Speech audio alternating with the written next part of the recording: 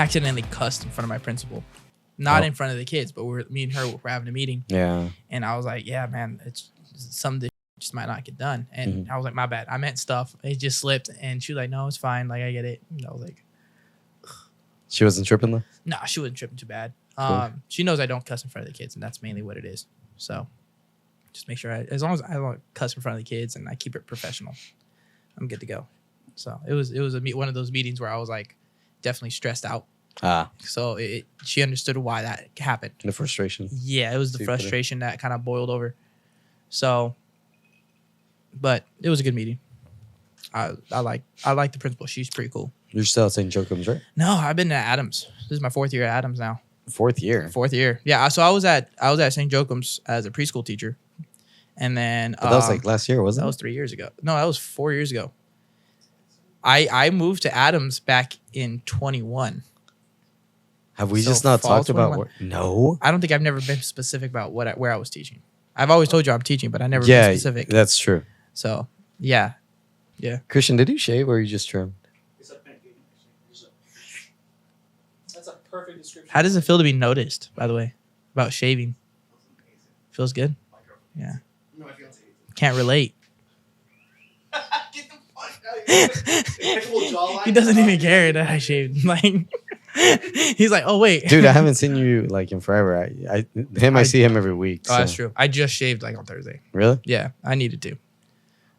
Why? Is it more aerodynamic when you're doing your run? A little bit. Like, there's definitely not as much sweat, so it's that get gross, dude. Yeah. But it was getting itchy, and I haven't shaved since 22. So gross. Let's shave it off. Showing up to school was interesting because everybody's like, bunch was like, who's the baby kid? Like 6th grader looking kind of tall today. But yeah, and now everyone thinks again I'm the youngest teacher there, even though I'm not. So yeah, but yeah, I started in Adams at 21, and in 21, and then I've been working there for 4 years. This is my 4th year now. Wow. Yeah, dude, I love it there. Great community. Adams is public school, right? Yeah, it's a public school. Cool. That's so crazy. This whole time I thought you were at St. Joachim's. No. I liked working there. I got a lot of experience from all the teachers I worked with and stuff. But yeah, it was time to move on to something else. Gotcha. So you were in St. Joachim's for how long? I was at St. Joachim's teaching there for 3 years, and it was like a mixture of positions. So I was a teacher's aide, then I was a teacher. I was low key the director for like 3 months. That was interesting. I'll fact check that. Yeah, you can. It was like I said low key for a reason. But I was director for a little bit when the actual director was out. And so I did that position and then finished out as a teacher there. How old were you when you started? At St. Joachim's? Yeah. 19. Whoa. I was 19 when I started there. And then I started, 19. Yeah, because when I started at John Adams, I was 22. That's so 22 years old. I was the youngest teacher there. And only this year I'm no longer the youngest. Took them 3 years to find someone younger than me. Wow. So, well, no, I think you just got older. So. Yeah, that's true. I got gray hair. That's another reason I shaved. Like I had gray hairs, like 2 or 3. And whenever I see my old students, I'm like, this one's you. Like this was because of you. And yeah, so it was gray hairs all over my beard. All these are the church, man. Oh, no, I'm just kidding. For real. All those COVID years, just working out with confessions and helping with mass. I was outside of the church during COVID years. Oh yeah. I was living my best life, my worst life, but entertaining life. It was an interesting life. Yeah, man. Sometimes you got to do that though. It's experience. Look back on it and learn from it. Oh yeah, 100%. Yeah, sometimes I miss it, but sometimes I'm like, nah, I'm better off here. Yeah, that's what I was talking to my spiritual director about. Like these last couple of podcasts, I've been talking. I talked to Sister Jessica and Brother Victor about like my spiritual dryness that I have right now. Mm-hmm. And I just have a huge like I want to do whatever I want, kind of go back to that old life. Yeah. And when I mentioned it to Father, my spiritual director, he was very like, I mean, you have the choice. You can do that. It is an option. He says, but I don't think you're that type of guy. And I'm like, yeah, I think like after a while I'll be like, no, I just want to do something like a project, like a church project, you know? Yeah. Yeah. You need something to keep you engaged. Yeah. That's what it is with the church. Like, if I'm not engaged in it, then I start to feel bored. So that's why I teach confirmation. I'm going to start cantering again. What's cantering? When you sing. So I'm Oh, gonna sing yeah. at, but I'm not doing weekend masses. I think I heard you on. It was at an 11:30 mass, the Salve Regina. Oh yeah, with the your sister? children's choir. Yeah. Yeah, they need help. They wanted me to help with that because the kids haven't gotten it down. So I just help guide them. So I sung with them. Yeah. Yeah, I love Latin. I love singing in Latin. It's a lot easier than. Have you been singing. going to the Latin masses? I just haven't been able to make it with like Dude. helping ushering and then Father Larry is confirmation. doing start to finish full Latin. Really? Like not missing a beat. Everything. Oh, I'm gonna have to go. Now. Dude, it's really good. I'm glad he's doing it. And then the choir that you started? Mm-hmm. Dude, you've heard them, right? I have. I've heard him once or twice. JC, Louise Me, Alex, Danny. I don't know if you've known Danny from back then, but Yeah. like all these guys have like music backgrounds. So like, oh, it's just so beautiful, dude. They harmonize so great.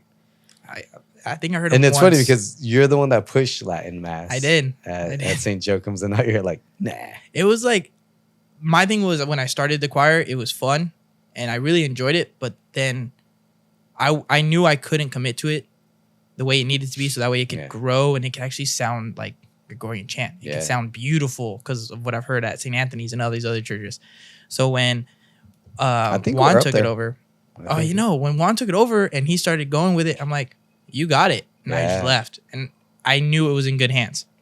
And so I was very happy that he took it over and he's running with it. It sounds great. Yeah. So Yeah, I don't regret stepping away from it. I needed that time away from that because I was also helping out a lot with men's group. yeah. So I had those two things going on. And then confirmation, I was like, figure out what you can and can't do, manage my time. So stuck with confirmation. I love teaching confirmation. That's fun. It's a lot of You've been fun. doing that for how long? Third year. This is my third year. Third year? Yeah. So this is my third year. This is my third With- group. With Kevin, right? I was teaching with Kevin last year. Brother Victor was telling me about. Like, Oh, he told you the whole story. Swiper, no swiping. your Yeah, class. man. I'm not even gonna lie. I was really attached to that class. They were really good kids. And then I can't even say kids because some of them they graduated after Wow. last year's. Isn't that crazy? Yeah, dude. So I was like, I'm standing there talking to him at one of the collective classes. And they're like, yeah, I'm in college now and I'm going to be a teacher. I'm like, this is weird. Yeah. I thought you guys were like sophomore, junior. And Yeah. no, you're in Madera community. You're Fresno State. I got a text message last week. They're like, "Can you check out my resume? I'm trying to look for a job." I'm all like, Whoa. dude, I didn't know you were this old." But Yeah. yeah, it's horrible. It's like it's really Start bad. over. Don't use the template.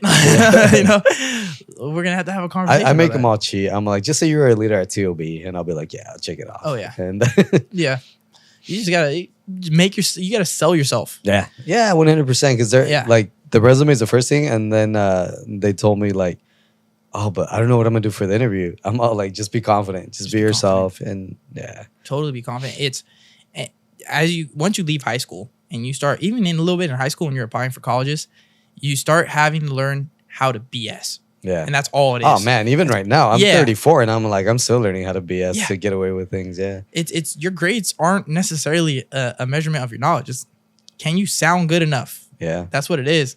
Fake Like, it till you make it. Yeah. Do you know what that word means? And just toss it in there and make sure it sounds good. I did that today with one of my credential papers. I was like tossing the jargon that they want to hear, and Yeah, man. you were definitely gonna be fine. Take it to the lady. Oh yeah, it's great. Passes in. Just toss some words in there. Yeah, It's just learning how to BS your way through it. yeah. Life. That is life. Mhm. You mentioned men's group, dude. Oh, dude, I haven't gone. Yeah, neither have I. I feel like it's more married husbands group now. And dads. Hey, maybe Yeah. you guys can be there soon. Oh yeah, Married hi. husbands, dads, especially. And Which it's just like a complain about your wife group. I'm just It- kidding. Well, I don't know. just a bit. I haven't been there in a while. And my sister kind of got on me for that. She was telling me, well, yeah, it's a married men's fathers group because all the single guys left. Yeah. And yes, it's true. But at the same time, it was already starting to lean that way. Mhm. And I'm okay with that. I think the church They- needs that for the young guys, they need these it, young fathers, these young husbands. And I think as single guys, I think we need to find a different way to hang out. That's not Yeah, just meeting somewhere and Dude, hanging out. let's just take Bibles to Go the club. social. and Exactly. be- I mean, you put Bible here, put that mixed cocktail here, and then get on the dance floor. Yeah, No. there you go. Play Psalm 48. Let's go. Dude. throw it back for the no. But yeah, I think single guys, the men's group was good when it was there and it served its purpose at that time. But it's moved on to different things and it's become something different. I think single guys evolved to what it needed to be. Yeah, and I'm glad it did. Yeah, I mean, I'm enjoying what I'm doing now, hanging out with guys.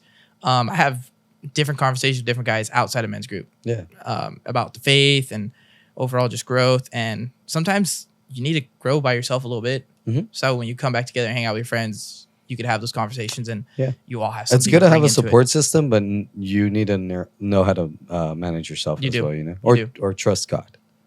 Yeah. Yeah. Trusting God is. Because people let you down, as good as they are. As good as my producers are, they still weren't ready when I got here, you know? No. I'm just kidding. I love you guys. They're Put very that finger down, entertaining. Christian. I love that finger. But yeah, man, you said that's gross.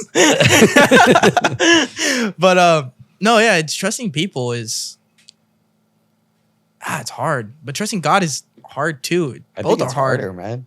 You think Because at trusting God is least I harder? can look at someone's eye and be like, yeah, this guy's going to screw me over. I'll just go along with it. Or Mhm. like, okay, maybe something's here with God. But the thing is, I was talking to this with my spiritual director too.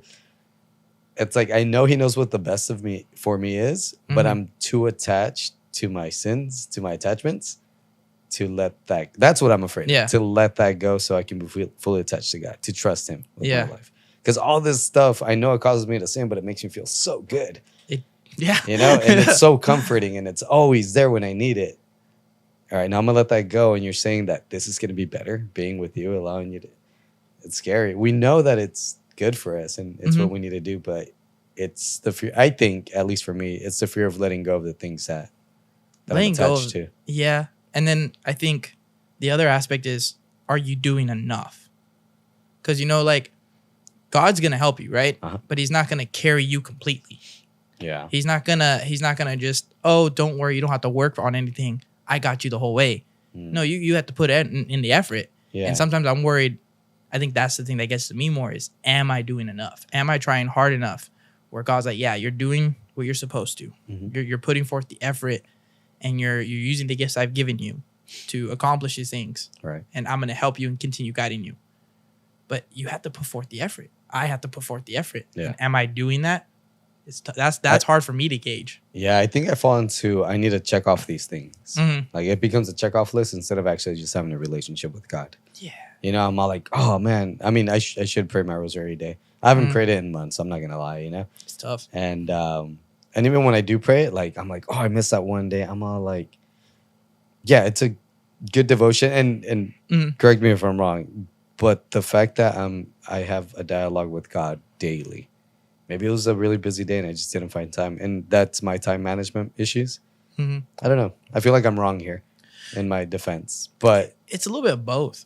Like you said, you have to have a relationship with God, and that doesn't necessarily mean you have to stick to a strict devotion all the time. Mhm. But the aspect of strict devotion a lot of people miss, and I've missed this too sometimes, is it builds your discipline. So the Angelus, which is a prayer you say, it's 3 Hail Marys and followed by 2 short prayers, takes you 2-3 minutes max, right? And you're supposed to say it at 6 a.m., 12, and 6 p.m. right. Well, why at those times? It was about discipline. It was, are you stopping your life and making God the center, Right. right? And same thing with playing the daily rosary. Do you have the discipline to stop your life for about, maybe 15, 20 minutes to pray and then keep going? And I mess up on that sometimes, and I don't have the discipline. I have to that's why I work out in the mornings, is because on the way to the gym and on the way home, I'm praying the rosary in the car. That's when I pray my rosary. And I've already noticed the pattern is, if I don't do something in the morning physical, I won't pray my rosary. Interesting. I won't do it. I just don't have the discipline there. Yeah. So I need to build that. But I can't give up on that little ritual, because that helps me to maintain myself. It grounds me. Right. I said my rosary today. I did that. Do you think reciting it? Well, let me ask you this: are you still able to meditate on the rosary as you're driving back and forth? Not all the time. Yeah. Not all the time. I used to, when I first started, it was in silence, and I would be able to pray, and it was a little bit of meditation. But then I'm an overthinker, so I'll overthink and I'll start thinking about other things that are going on in life, and then Yeah. I'm like, dude, I'm already halfway through my rosary, and I haven't even really focused on the mysteries. So I started listening to like Catholic lo-fi music. Oh, nice. Yeah, and that helped me because then I had background noise, so I wasn't able to wander. My thoughts were on the music and on the Hail Marys. And then recently I stopped listening to Catholic lo-fi. I'm like, I don't need it. In fact, sometimes it was getting a little distracting. Yeah. So it was countering what it was supposed to do. So I started doing it in silence again, but I'm starting to overthink again. You know? And as much as you could try to discipline yourself, there's also the aspect that you're human. Yeah. You're not gonna. It's gonna be very hard to stay 100% focused on a rosary for 15 to 20 minutes. I think especially for men, we have trouble sitting down for 15 to 20 minutes, you know, doing nothing. We're supposed to do that and pray at the same time. It's very difficult.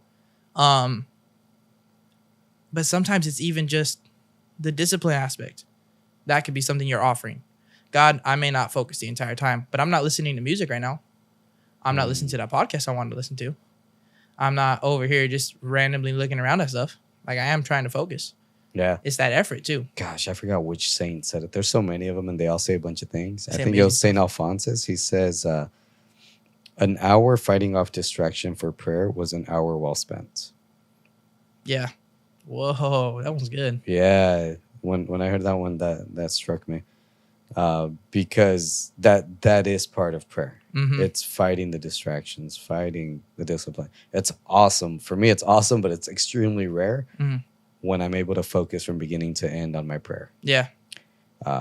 So every time I mean, honestly, this is a reminder for myself because it's just so lack of wanting to pray. And then when I pray, like right away, I'm all like, oh, my phone buzzed, or, you know, Yeah. and then right away My watch distracted. for me, it's just, oh.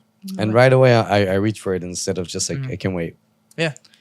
But fighting that distraction is part of the prayer. Mm-hmm. It is. It's the fight is something good, you know, being able to fight. And sometimes you're going to lose. Sometimes you're going to lose, just like in any other fight. Like you do jiu-jitsu, you know, sometimes you lose. Same with me when I'm sparring. Sometimes I lose.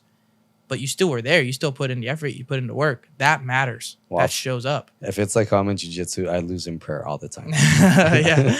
I win once against a new guy that is just trying it out for the day. There you go. I'm like, yeah, got it. You're like, you sent the I weak got my demon first stripe today. today, man. You did? Yeah, me and Mia, we both got our first Congratulations, bro. stripe, Way and to that's why go, man. we took forever. That's a good They reason were to take striping forever. us like, yeah, man, and I'm just like, nah, I don't deserve. He's like, dude, you're teaching and you're learning a lot. That's good, man. Yeah. See, sometimes you don't recognize the distance, but Yeah. other people will. Yeah, it was And, pretty you know, crazy. It's pretty cool. I was like, I wish Kevin was here. You're like, someone get video. That's cool though. Yeah. Nah, getting that first stripe, it feels good. You were black belt? Third karate? degree. Yeah. Third degree. Dang, killer, weird. dude. It was. So you can break this table right now if you wanted to. I'm good. I'm good. No, I think martial arts is. It took me How old were you 11 when you years. started? So I was 12 years old when I started. I got my black belt when I was 18, a senior in high school. Wow. And then from there, I was just helping teaching classes. I was helping out at tournaments. I was coaching a lot. I was still learning techniques and forms and stuff like that. Yeah. But mainly it was me helping others. And that's why my sensei was like, all right, you're demonstrating the art. You're teaching the art. That's why you're going to move up. Awesome. So I got my third degree the same night. My sister got her second, Kayla, and my brother got his first, Gabriel. Wow. Yeah. So there's Family of killers. Dude. yeah. And then Kylie just recently got her first degree. So now it's literally all four of us are black belts. I'm like, my parents have the best security. You know what I'm saying? They don't have to worry about nothing. Unless they have a gun, then it's just like, Yeah. let me get my belt. I was like, hold on. We have a technique for this. You got to point it right there. But yeah, third degree belt, black belt was like, I did not want it. I didn't Why want not? it. Because they call you sensei. That's And that's a scary. lot. Yeah. You know? Dude, I felt like so undeserving of this one stripe. And I'm Yeah. a white belt. And I'm all like, So you I'm know a fraud. I'm you a know fraud. what it feels like. It's Yeah. like you're sitting there and that's the thing. My sensei's been running that studio for 14 years now. I did the math. I think out of all the students he's had, only 5 or 6 reached third degree, Wow. and I'm one of them. I don't feel worthy Yeah. because those people that also got third degree, I look up to them, and I'm like, I learn from them. I still want to learn from them. I can still learn stuff from them. I don't consider myself on the same level as them. I don't think I ever will. Yeah. Because they're just that good. But it's also like a respect thing. But I'm also never going to say no to my sensei. my sensei's like, hey, I want you to get your third. Yes, sir. Isn't You know, that crazy? you say yes, Yeah. sir. Like, you don't question him. If he's like, we're doing it on this date, unless you have something super important, like a family emergency or something, you're saying yes. You're meeting that date. Yeah, and I think it's good to have people like that have like some type of skill or like some type of something above us, Mm-hmm. because they see something in us that we don't see in ourselves. I think most people are extremely hard on themselves, Yeah, we're our worst critic. and it's good to have people that will tell you like, "Hey, you're doing good. You're actually better than what you think." And it's also good to have people like my buddy Kevin. He's like, "You really suck. You're really like dog you shit." need to Yeah. get better. You need to start showing up more. You need to go to the gym more." So Both. yeah, You need that duality. You need those people who are like, you're doing a great job. yeah, Keep going. But you also need those people who are like, what the hell are you doing, dude? yeah. And I Get think back on it. it also like in every aspect, but especially in our faith as well. Yeah. Dude, I wish that I don't know how this goes, but like it's easier with close friends. It's so easy to tell them like, dude, you're doing so good, but it's so difficult, but it's doable to tell them like, dude, like your ego's out of control, man. Yeah. You need to like start asking for humility or something. Yeah. Dude, how crazy would it be if we could go around the church and be like, your ego's out of Dude, control? imagine just You know, random stop people. dressing like that in mass, you know? Button up your shirt. Yeah. Why are you wearing shorts? But it's such a thin line because people are in their spiritual journey just like in everything else in different stages. So like that might be the like, you know what, I'm not gonna go here. They're just gonna No. Yeah. instead of being like, oh, maybe I need to be a little bit more modest, you know? You need, I think it depends on the relationship you have with the person. Like True. if Yeah, you have a like- good relationship with them, you can call them out. Yeah.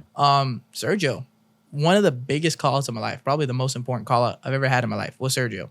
He called me out one night, really like checked me hard. And that night, like from then on, I changed. I tried my best to get better. Yeah. Of course, I messed up along the way still, but like if he hadn't checked me that night, I'd be in a way different place. Yeah, would be oblivious to things. you know? Yes. And you have to have those people who check you in your faith. And they have to be able to, you have to be close with them because you know it's coming out of love. It's not coming out of like, I'm better than you. I think genuinely, they don't think you're like, they genuinely don't think you're but they know if they don't help you, they don't push you, no one else is going to do it. So that's why they're stepping in to do it, you know, because they love you. They're doing it out of love. You have to have those people around you. It never feels like it's out of love, you know? Yeah. It always feels like it's like, man, why are you so mean to me? And then you realize, oh, you knew I could do it all along. You just knew I needed the push. Yeah. So like, I have a friend who called me, was it yesterday? Hey, he called me up yesterday. He was like, where were you at the gym? You were not there at 5 a.m.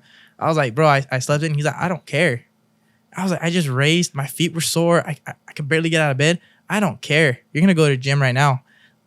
Put my bag in my car. I went to the gym and I got that workout in. I was like, I did it because you told me to. Like, you're holding me accountable. He's like, How yeah. often do you go? To the gym? Yeah. I lift about 4 to 5 times a week. I try to. And you still do marathons or? Still running too. So I'm running 4 to 5 times a week, you know? Yeah. I'm not doing this next year. Like this year was the year I'm running doing or the lifting? running as much as I am. It takes a toll. It's tiring. Like I did a race on Saturday, the Pink Cushion Climb, which it's a 1 mile trail up a mountain that's 1,000 feet high. Whoa. And it's a 2-part race. So the first part is how fast can you get up there the first time. And then after that, it's how many times can you go to the bottom and back up. How many times did you do it? I did it 5 times. So that's Dang, 5,000 feet in elevation. So the difference between Madera's elevation and Bass Lake is only about 3,000. Interesting. Yeah. So I did that in 4 hours. And my feet were screaming. How was it like a mountain or was it No, it's a mountain. stairs or No, it's a mountain. It's a Not dirt paved? mountain. It's not paved. You're going on dirt. You're sliding down as you're coming down. Unless you have the best shoes, your feet are slipping because that it's loose. The last 100 yards, not even 100 yards, like 100, 200 feet, you're rock climbing almost to the top. It's so tough. And I saw this chick blazing past me. She did it 6 times. Whoa. And she's like, yeah, it was a slow year. I did it 7 times last year. Yeah, pick it up. You need to pick up your slack. Like, I'm over here lucky if I get it. I wasn't going to do the 5th time. I was at the bottom of the hill on the 4th one. And this 11-year-old girl and her pacer were like, let's go up for a 5th one. And I said it loud in front of everyone. I was like, and now I got to do 5. I can't get beat by an 11-year-old, you know? So I went and did a 5th one. But yeah, it takes a toll because I'm still recovering. My feet were cramping all day today. Yeah. But those type of races, it takes a toll on you. And with the amount of racing I'm doing this year, I think by the end of the year, I will have done over 20 races. What made you decide to all of a sudden do running? Running? Because you were all about lifting and Competition. the competition. So my dad is a runner. And I started running with him last year. And then I did my race and I realized there was a sense of competition there that I really needed in my life. Because lifting's one thing. It's hard to compete though in lifting. Because like unless you find someone that's super close to your body CrossFit, type. man. No. I ain't doing those weird looking pull-ups. But unless you find someone that matches your body type in lifting, you're not really gonna have a good competition, a good way to gauge. Yeah. Whereas with running, it's you're in your age group, you're all running the same distance. Who's faster? And so I needed that. And I started doing this, the Cal Classic event series. It's 18 races and you accumulate points. So every time you place, whether it's 10 points in the top 10, 30 points in the top 30, you get a set amount of points. And I knew I was never going to place high enough to get large amounts of points. Yeah. The only way I was going to be able to place on the podium at the end of the year is if I was consistently at a race and placing at least to get some amount of points. So I've competed almost every race. The only one I missed was because I had a family emergency. And I wish I could have done that, but that was because it was a great race. I know, right? Excuses. But right now I'm sitting at 3rd. And the 2 guys above me are college racers. Or at least they were cross-country stars. Because now they're running and they're putting in 5.5 minute miles. Dude, that's awesome, dude. And it's all in California or? It's all in California. So it's all Central Valley. Oh, Central Valley. Central Valley. So because those LA people, man. Yeah. Sure, yeah. So I've run in Madera, Fresno. I would have run in Shaver Lake. That was where the one I missed. Visalia and Clovis. Those are the 3 main places I've run for that series. And then I've done other races out of pure enjoyment, you know? Yeah. But that series has pushed me. And that's a crazy thing to say. I ran races out of enjoyment. Yeah. Like the Yosemite half marathon was, I went in there, was like, I don't really care where I finish. I don't care what my finish time is. I just want to run. And so I put on my comfiest pair of running shoes. I was blasting whatever music I wanted just to have fun. I was not looking at my watch at all for the pace. And there's pictures of me as I'm running. I'm singing, I'm yelling at people like, let's go, dude, we got this. And that's crazy. It was pure enjoyment. I did a half marathon and it was just like torture. It was like 5 years ago. It's hard. The 2 city? You did the 2 city. I'm doing the 2 cities again, yeah. Really? Yeah. Half or full? Half. I'm doing the 2 cities half, and that's going to be my last race before my full marathon in December. So I'm doing the 2 cities half because it's 30 points, and I need points. So I'm going to try to place that one. My record right now is 1:47, an hour and 47 minutes. I'm going to try to do it in an hour and 45. Dang, dude. Let's see if I can do it. It's Dude, tough. I was like almost 4 hours, and I'm like, good job, man. Yeah. You didn't quit. No, I forget. I have a screenshot somewhere, but I was ranging, I think, like 12 minutes a mile. It's not bad.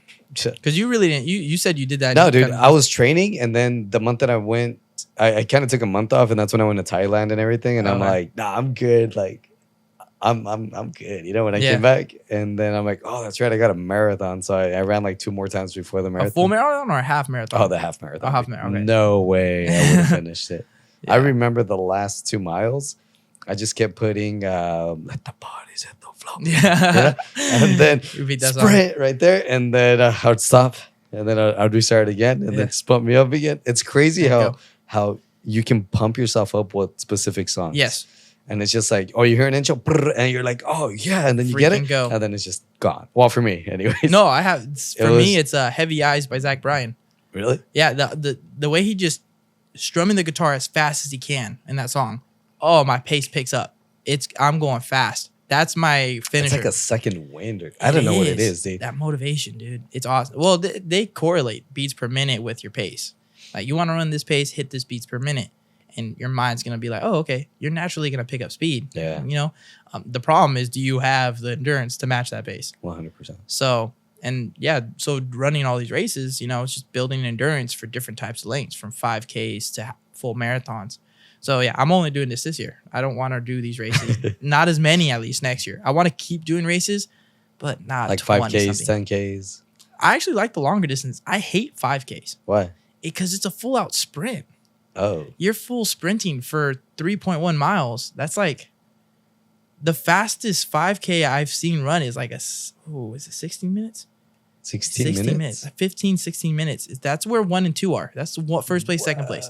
Yeah, That man. takes me to do like half a mile. No, Yeah, that's like- about a mile for me. That's how fast these guys are. I'm running against. So 5Ks, I was so happy when I beat a 22-minute 5K. I finally passed 22 minutes. And I'm like, if I could just keep it at that time, I'll be happy. And this was all just for competition? I needed the competition. Why? Why do you feel like you needed it?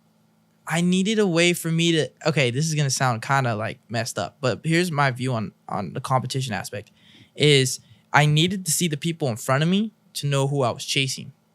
You know what I'm saying? Like, those are the people I need to get, like, I need to be like them. I need to push myself to get better like them.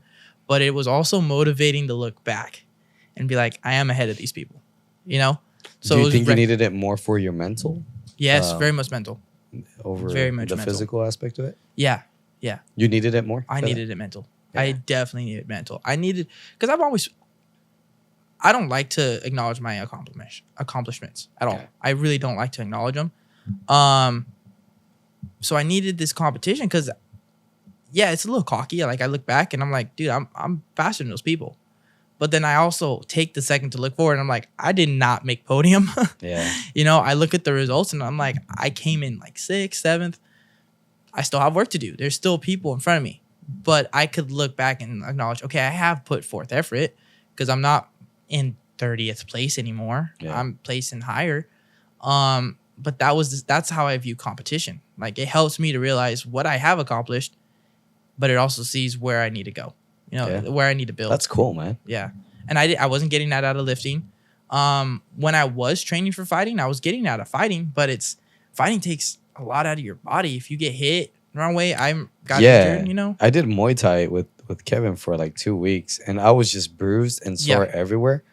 And I'm like, this is some fun, dude. This hurts, you know? Yeah. So I'm like, I'm going to just focus on jiu-jitsu. Yeah, I'll get choked out, but it's like, You recover a little I'll be able faster. to walk tomorrow at work, you know? Yes. Yeah. Muay Thai, you get those leg kicks. It hurts. Those suck, dude. Any type of sparring, Yeah. you're not going to feel 100% the next day, and it's going to take 2 or 3 days to recover from a hard sparring session. And then you go to competition, you get injured or you pick up bruises, you're feeling it for 3 or 4 days. Yeah. And then how are you supposed to train right after, you know? Yeah. It depends on your sparring partners. It depends on you and how you rehab yourself. So there's more factors in fighting when it comes to recovery than there is for like running or lifting because those are just you. Yeah. You don't have to worry about how hard someone's hitting you when you're running unless you're doing some weird, you know? Yeah. Like it's just you. Oh, I can't run. Like after this past race, I did not run Sunday. I ran yesterday. Wait, yesterday was Monday? No, I didn't run. I didn't run Monday either. I just went and lifted. I did light leg day. That's good though, man, that you're doing something physical every day. I have to. I struggle to do that. I mean, my work's pretty physical, so that helps. But at the same time, I still feel like, man, I need to do something. I feel myself getting flabby. I feel myself getting weaker. This morning, I'm all like, can you even do a pull-up anymore? And I did like 5. I'm like, okay, but Yeah. it's starting to like get scary, you know? Yeah. Like, oh man, you're gonna lose everything. You don't want, the last thing you want is to be like physically unfit. And then the people who depend on you, like, Oh they yeah, can't depend on you. yeah. You know? That's why I'm teaching. That's why I want Mia to learn this. That way she can defend herself, and I can just run away. Yeah. You're like, I don't have to defend you anymore. You choked me out. Yeah. Yeah. But you have to have, so like with the physical part, you have to have is 3-4 wins every day. You have to have a spiritual, you have to have a physical, and you have to have a mental. There was a rule in this? There was like a rule, yeah. I've read this so many times, and so every day I Who try wrote to it? do it. I can't remember. It's one of those things I've seen on the internet, and I was like, That's- is that true? So would you say spiritual win? Spiritual win, a physical win, and a mental win. Dude, I have like those losses every day. Yeah, but do you have at least one win? It's okay to lose, but do you Yeah. have at least a win? Well, what's considered a win spiritually? Well, I think that's subjective to the person. Yeah, I think it's very like I was thinking about what you said about seeing that people are in front of you and people are behind you, and then I was thinking about that spiritually. I'm like, are we even supposed to look at it that way? I think you have to. That You have to look at it as some. of other people? Well, yeah. I mean, look at the Saints. Okay. They're definitely in front of you, and you want to be like that's them, very true. right? But then also look behind you. There's a quote. Oh man, there's this quote on this meditation. Be thankful for the wicked, Yeah. because you don't want to be like them. Yeah. Yeah. The example of what not to do. I want to believe it was Saint Basil who said that. But yeah, be thankful for the wicked because you don't want to be like them. And that's you looking back. Yeah. You know, I'm not saying look back at the guy, right behind you. Okay. I'm not saying look back at the guy behind you at church and be like, you're a sinner. you just came in flip flops. Like, no. But like I'm saying, there's people out there I who do that all the time in mass. Yeah, I do the I whole know. eye roll. I'm like, come on, guy. But anyways, I'm sorry. I'm a little bit Finish your guilty of thought. that. Only because, but yeah. So yeah, you have, even spiritually, you have to look at it like that because you want to be like the saints. They're definitely in front of you. Yeah. And you're striving to be like them, but acknowledge what you aren't. That's kind of what looking back is. Yeah. It's also acknowledging what you're not. And like, okay, I'm not that kind of guy. And it's not a bad thing because you're not putting them down. Yeah. You're just acknowledging where your place is. Where your place is. There's this the Sister Jessica was making fun of me because I look like a plug. I'm all like, there's this book. She's like, you put it there intentionally because you're gonna pull it out. It just happens to be there. And this one, and I was telling her this last week about like it's easy to compare ourselves to other people because we can find flaws in them. But when you compare yourself to Christ, you realize that you're the only flawed one, Oh yeah. And I guess that's the way I want to think about it. And when it goes to comparing yourself, I think it should be to your past self. Yeah, that's fine. Your past confession self. But yeah, it also makes a lot of sense. Mm-hmm. Like, be thankful for the wicked because and sometimes your past self is the wicked. 100%. Sometimes your past self past, is current, and like future. those other guys you see it in the faith, So you're not necessarily, and again, you're not putting the people behind you down. That's not what it is, because they could still be running the race too. So like when I'm racing, and I see people behind me, I'm not like, you guys suck. No, it's they're still running. Yeah. And when I pass them, I'm like, you got this. You cheer them on because they're on the same journey as you. They're just taking it at a different pace. Yeah. It's more so to acknowledge the fact that you're not falling backwards. That's the thing. When you look back and see people behind you, oh, I didn't fall backwards. I keep moving forward. They're coming too. I'm just at a different pace. 100%. Because sometimes in life you have to leave people behind. Those 100%. You know what I'm saying? Yeah. So, and you're talking to a divorced guy. right? But even like friends, like, Yeah. like you really like hanging out with this person, but are they helping you get better? Is that, what is it, that circle that's going to push you to get better? Yeah. Or is it someone that's actually dragging you down and making it harder for you? But there's some people that they can drag me down or whatever, but it's just, I still want them in my life, I still and care for them. are But they detrimental to you? no, absolutely. Okay. Well, it's because I don't allow them to. There you go. And if at one point they were, I kind of caught on and I'm like, just keep them at this distance instead of, too close. Yeah. But yeah, that makes sense. It's still keeping them at a distance. Keeping at a distance. You're still there to encourage them. They Yeah. reach out to you. Hey, I need this. Yeah, man. I'll encourage you. I'll push you. I have a friend that does that. Once in a while, he'll be like, hey, I want to do this. Tag along. Come with me. Yeah. And if he shows up, great. If not, I invited. I tried. Yeah. And I hope he does better, But there's also you're right about your other point, because there's also people in my life that I know if I hang out with them, it's going to bring out the worst in me. Yeah. Yeah. Yeah. Yeah. I got a couple of friends like that too. Yeah. I don't hang out with them as much anymore because I know hanging out with them, it wouldn't be good. It would bring me back Yeah. in certain places I don't want to go. But yeah, so you need, in all three of those aspects, with the spiritual win, the mental win, and the physical win, all of it can kind of be looked at as a competition. What would be considered a mental win? A mental win. What is just bettering yourself mentally that day? Oh, okay. What did you do to better yourself mentally? Is it listen to a podcast? Is it read a book?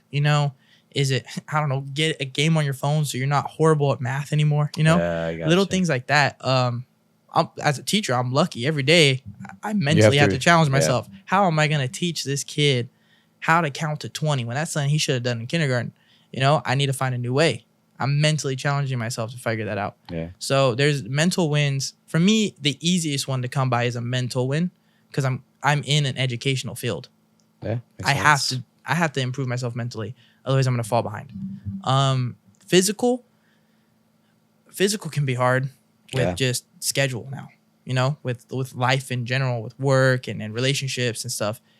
Physical can get really hard to have a win. So it's hard to wake up in the morning. So I'm starting to find the physical win a little bit harder, but it's still not the hardest. For me, the spiritual is the hardest thing. Because I've grew up so involved in the church, you know, and so in touch with my faith all the time that what am I going to do that I could consider a win? Right. But sometimes it's not necessarily, oh, what am I doing that's always like something new I've never done before as a Catholic. Right. Sometimes it's like praying your rosary every day. Yeah. My goal this year was to pray my rosary every day this year. I've missed it 8 times.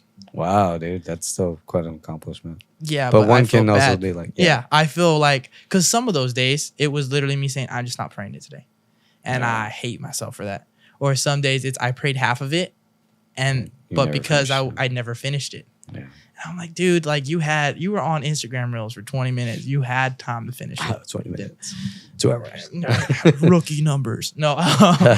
But yeah. That's so my spiritual, and that's why I'm encouraging myself to like, okay, go to daily mass, go to adoration. You know, that's awesome, dude. Go to I went to confession in Kerman recently. I like Kerman. I love Kerman Church. I love that church. It just feels so respectful. Like there's a lot of reverence there from the people. Yeah. During adoration, everyone takes the time to go to the front and kneel in front of the Blessed Sacrament. It's beautiful. But visiting different parishes, I think, has helped me. Perspective-wise. Because one is the different reverence. And then at the same time, it's also seeing the different beauty of each parish. So like there was a church in Tower District. I think it was St. Therese. I think it's a little small chapel. The artwork in there was so beautiful. Really? And I was there for confession, and the artwork was beautiful. So I'm sitting there and I'm admiring the artwork. I'm praying my rosary. I was really like focusing, meditating. Yeah. And then the confession was great because it was like this. You could tell it's a priest that migrated here, and he just was so stern with me, but in such a caring way. He's like, well, you need to do better. You need to communicate better, and you need to hold yourself to that standard. Yeah. And I was like, whoa. He's like, you're expected to do that. You're a man, you know? And I was like, all right, yeah, you're right. Dude, what a great priest. Yeah. Man. And he told me, like, and if you mess up, come back again. We're going to have another conversation. And I was like, all right. But yeah, I love the priests here in Madeira, and they're awesome. But sometimes you need to hear someone else. Yeah. And that's okay. I agree. That is totally okay.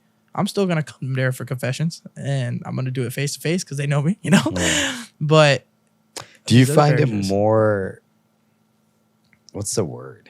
Is it different for you whether it's face to face or behind the curtain? Yes. Why? Yeah. When I use the curtain, I feel like I'm trying to hide. Yeah. And especially because the priests know me.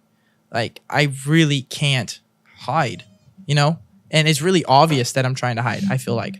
I'll never forget going to Father Warburton for confession, doing it behind the curtain, and I'm getting ready to leave. I did a whole voice too when I was there. I was like, that, yeah. I have a cold. Forgive me, Father, for I sinned. You know, forgive me, Father. Speaking backwards like Yoda, anything just to make sure he didn't recognize me. And as I get up to leave, he's like, "Hey, Alex, by the way, it's the line long." And I was like, "Gosh, damn it, Father!" I was like, "No, Father, the line. There's like 3 people." All of a sudden, you got your regular voice. All of a sudden, my regular voice back. I'm like, "No, Father." Yeah. There's 3 and you're almost done. He's that like, shame is crazy, man. Dude, it was like, why am I hiding again? Like, this dude's probably heard worse. They visit the prison, you know? Yeah. Oh, what do I have that they haven't heard? And so, and I think it's also an accountability thing. Because after that, I started doing it with the curtain open. Yeah. And I felt like when I was apologizing for my sins, I was actually apologizing for my sins. I was like, look, it's me. Looking someone in the eyes. I did this. Yeah. Forgive me for it. And I really am sorry, you know? But I had to remove that curtain. And it also helps because now I have such a good relationship with all the priests. They'll give me a little bit more personal of a pep talk. Well, I don't know if you could take pep talk, but like an advice, you know? Yeah. Like, okay, so this is what's going on. Let's acknowledge this. Let's fix this and keep going. You got this. And I'm like, thank you. Like, I appreciate it. But then they also, the downside is they start getting stricter with the penance. You know, they're like, you've been here before. And we know you're better than that. So here's your penance. And they give you a harsh penance. Yeah. Oh man, Kerman, that priest did not hold back. It's always like 10 Our Fathers. Yes. Yeah. Even Mia. Yeah. I'm like, what the hell you do? She's like, I left my toothbrush on the sink. Like, he made me say a whole rosary. No, he was strict, and I was appreciative of it because I was like, okay, it's a different form of chastisement, you know? Oh, Not man. a bad way, but a good way. It's holding us accountable. Appreciate the merciful ones too. Like I tell them all these horrible things. I'm feeling terrible about myself. They're like, just say slowly with all your heart and all your attention, one Our Father as your parent. And I'm just like, man, I don't know why that one like just It hits. yeah. Because then you're thinking about it, the words, and you're like paying attention. You're like, oh my gosh. Like, Yeah. I think the part of the Our Father that gets me, especially saying after confession, is forgive us as we forgive others. And Yeah. it's like, yo, It's so hard. I really hope God forgives me a little bit better than I'm forgiving others, because I don't try to hold grudges. I think grudges are bad for your health, you know, but there's also bad for relationships. Well, it and can stuff. condemn you, right? Yeah. Yeah. Well, there's that too. You know, spiritual, like the spiritual aspect. Yeah, it could condemn you, but it's also like, is it worth it? Is it Sometimes really feels worth like it? it's worth It feels good. Yeah. Sometimes, I'm not gonna lie. But But no, like, it's not. holding that grudge, it's just, it takes too much time. And then to a point, yeah, you're giving them the satisfaction of the time of having a grudge. Yeah, I remember I was giving my family a talk on prayer, and I mentioned to them how I heard this on a podcast, but then like in mass I started to notice, like right before we say the Our Father in mass, the priest says, "We dare to say Our Father." Oh, And yeah. it's just like, why so dramatic, right? But then it's just like, listen to what we're saying, man. Oh yeah. It's no joke, and we're asking God for this. We're Yeah. asking Him to forgive us Yeah. the way that we forgive others. Like, That's hey, like when we die, he's like, you asked me to Yeah. judge you like this. Yeah. Oh, yeah. I'm also like, I'm curious. I He can't tricked remember. me. No, I'm just He tricked me. I didn't think it was gonna be hard. Are we as Catholics, do we have to forget? Like, you know, that whole saying, forgive and forget. Or can you forgive? I mean, it depends. Like if it's something traumatic, like for example, somebody hurt my daughter, right? Yeah. Yeah. I'm not gonna forget it. I do, you know, through the grace of God, hopefully I'll be able to forgive. But I think not forgetting can also be a blessing in itself, because now you know, like, well, I'm not gonna leave my daughter around people like that, and I'm Like gonna be a lot lesson more learned, right? more cautious Yeah. with who I leave her with, you know, or put her in situations like that. Yeah. That's Because how I feel God too. doesn't forget. Well, actually, he forgets our sins. No, from what I understand, is we're forgiven, and our sin is marked forever. It's marked forever, but His mercy Okay. is there too. Okay. And that it's makes sense. and that is what makes us. It's through all these sins that God forgave us. Like for example, I guess you can see Him as scars. From my understanding, leave it in the comment section if I'm completely wrong. Yeah. But through that, him cleansing those sins and Him working through those sins to bring something good out of it, that's what's glorified. True. And Okay. that can't be glorified. And sometimes we can't even be sanctified if we don't go through sin first. I mean, obviously, through God, we can definitely be saints without sinning. But from our sins to who we are today, what do we remember most of the saints from? Like, they were like this, and Yeah. then they were like this. You know? Yeah. Every St. saint Paul. was once a great sinner, Yeah. and every sinner can become a great saint. Yeah, love but that saying. St. Paul, like, Yeah. man, he was a little gnarly, you know? Even Oh, Jesus yeah. had to be like, dude, what are you doing? Saint Augustine, you know what I'm saying? Yeah. Exactly. But it's because of that that it's God, what all our sins are going to be marked in history forever. Yeah. And God's, Still gonna forgive us for it well, if we if we ask for it and we are deserving of it. yeah. Yeah. And there's some, from what I understand too, it's for every sin that we do, there needs to be reparation. Oh yeah. Yeah. And there's some things that like just we have to rely on God's mercy, because there's no way that we can repair it. Like murder, Oh yeah. you know? Yeah. There's How no do way we you're gonna fix make up that? for that here. Not really. That's why like some of these penance. Oh, yeah. Sorry, going back to what you were saying about God forgetting sins. Catholic.com states that, no, God does not literally forget our sins. He's as an omniscient being, He knows everything, including our past sins. However, when God forgives our sins, He chooses not to hold them against us anymore. That's This is The evident in grudge. passages like 1 John 1, verse 19, or verse 9, which states, "If we confess our sins, he is faithful and just to forgive us our sins and to cleanse us from all unrighteousness." In terms of forgiveness, God requires repentance. As mentioned in 2 Corinthians chapter 7, verse 10, godly grief produces a repentance that leads to salvation. Therefore, forgiveness from God is contingent upon our repentance. So I guess it's like there's Thank a you. difference. Yeah, thank you. I guess there's a difference between remembering a transgression and holding a grudge for it. Yeah. God doesn't hold a grudge. He If remembers. we've asked Yeah. for forgive. Yeah. So like I guess that's where we have to do with other people. Is Yeah. We can't hold a grudge. We can remember it and learn from it, but we just can't hold a grudge. And and sometimes holding a grudge just feels good, but we can't do that. Yeah. It takes too much of a toll mentally. Well, even Mentally. forgiving sometimes takes a toll mentally, and it's the right thing to do. But just like everything else, I mean, you doing martial arts, you running, you lifting, Mhm. there's got to be that pain. Yeah. Period, you know? Yeah. It's mental health awareness month, isn't it? I don't. I think it's No. mental health awareness month. But I think that's something, maybe a mental win. I can say this. A mental win is sometimes breaking down those barriers about speaking about your mental health, like Okay. how you're actually doing. Like for guys, we don't talk about our mental health that much to other people, right? But when we why- finally That's why I'm drinking. exactly, bro, just keep drinking to it. That's why I don't drink alcohol right now. Oh, that's why you're Yeah, going through so it, bro. I'm going through it. No, but it's like I stopped drinking because I was using it as a way to unwind. Ah. So like anytime I was like, oh, I could relax right now, it was pop a bottle. It's like, and it became where those two things were synonymous with each other. It was like if I was relaxing, I was drinking, and I was like, I can't do that, right? Yeah. And so now I haven't drank in 42 days. Trying to You're make it. counting it? I'm counting it. I said I'm gonna be Whoa. sober for 50 days. That was my goal. If I could do What sober are we for doing in 8 days, brother? Right, exactly. Turn up. But yeah, so I'm keeping track, and what I've realized is like I was relying on alcohol and like smoking cigars and vaping and stuff to relax, unwind, and to have deep, meaningful conversations. Really? Yes, because I was always like, oh yeah, like I want to have deep, meaningful conversation. Bring out the booze, let's go. Like I should be able to do that without alcohol. Yeah. And so that's why when I started this like this mini challenge for myself, I was like, let's see what I learned from it. That was mainly the thing. Was like, what do I learn from it? What have you learned from it? One is that like I need to be able to have conversations with people without alcohol and smoking thing as like a something that breaks down a barrier. Yeah. I should be able to just have those conversations with people, and I think I have gotten to that point. Good. Where I'm having a better time. I'm not saying I'm perfect at it, but I am getting better at it.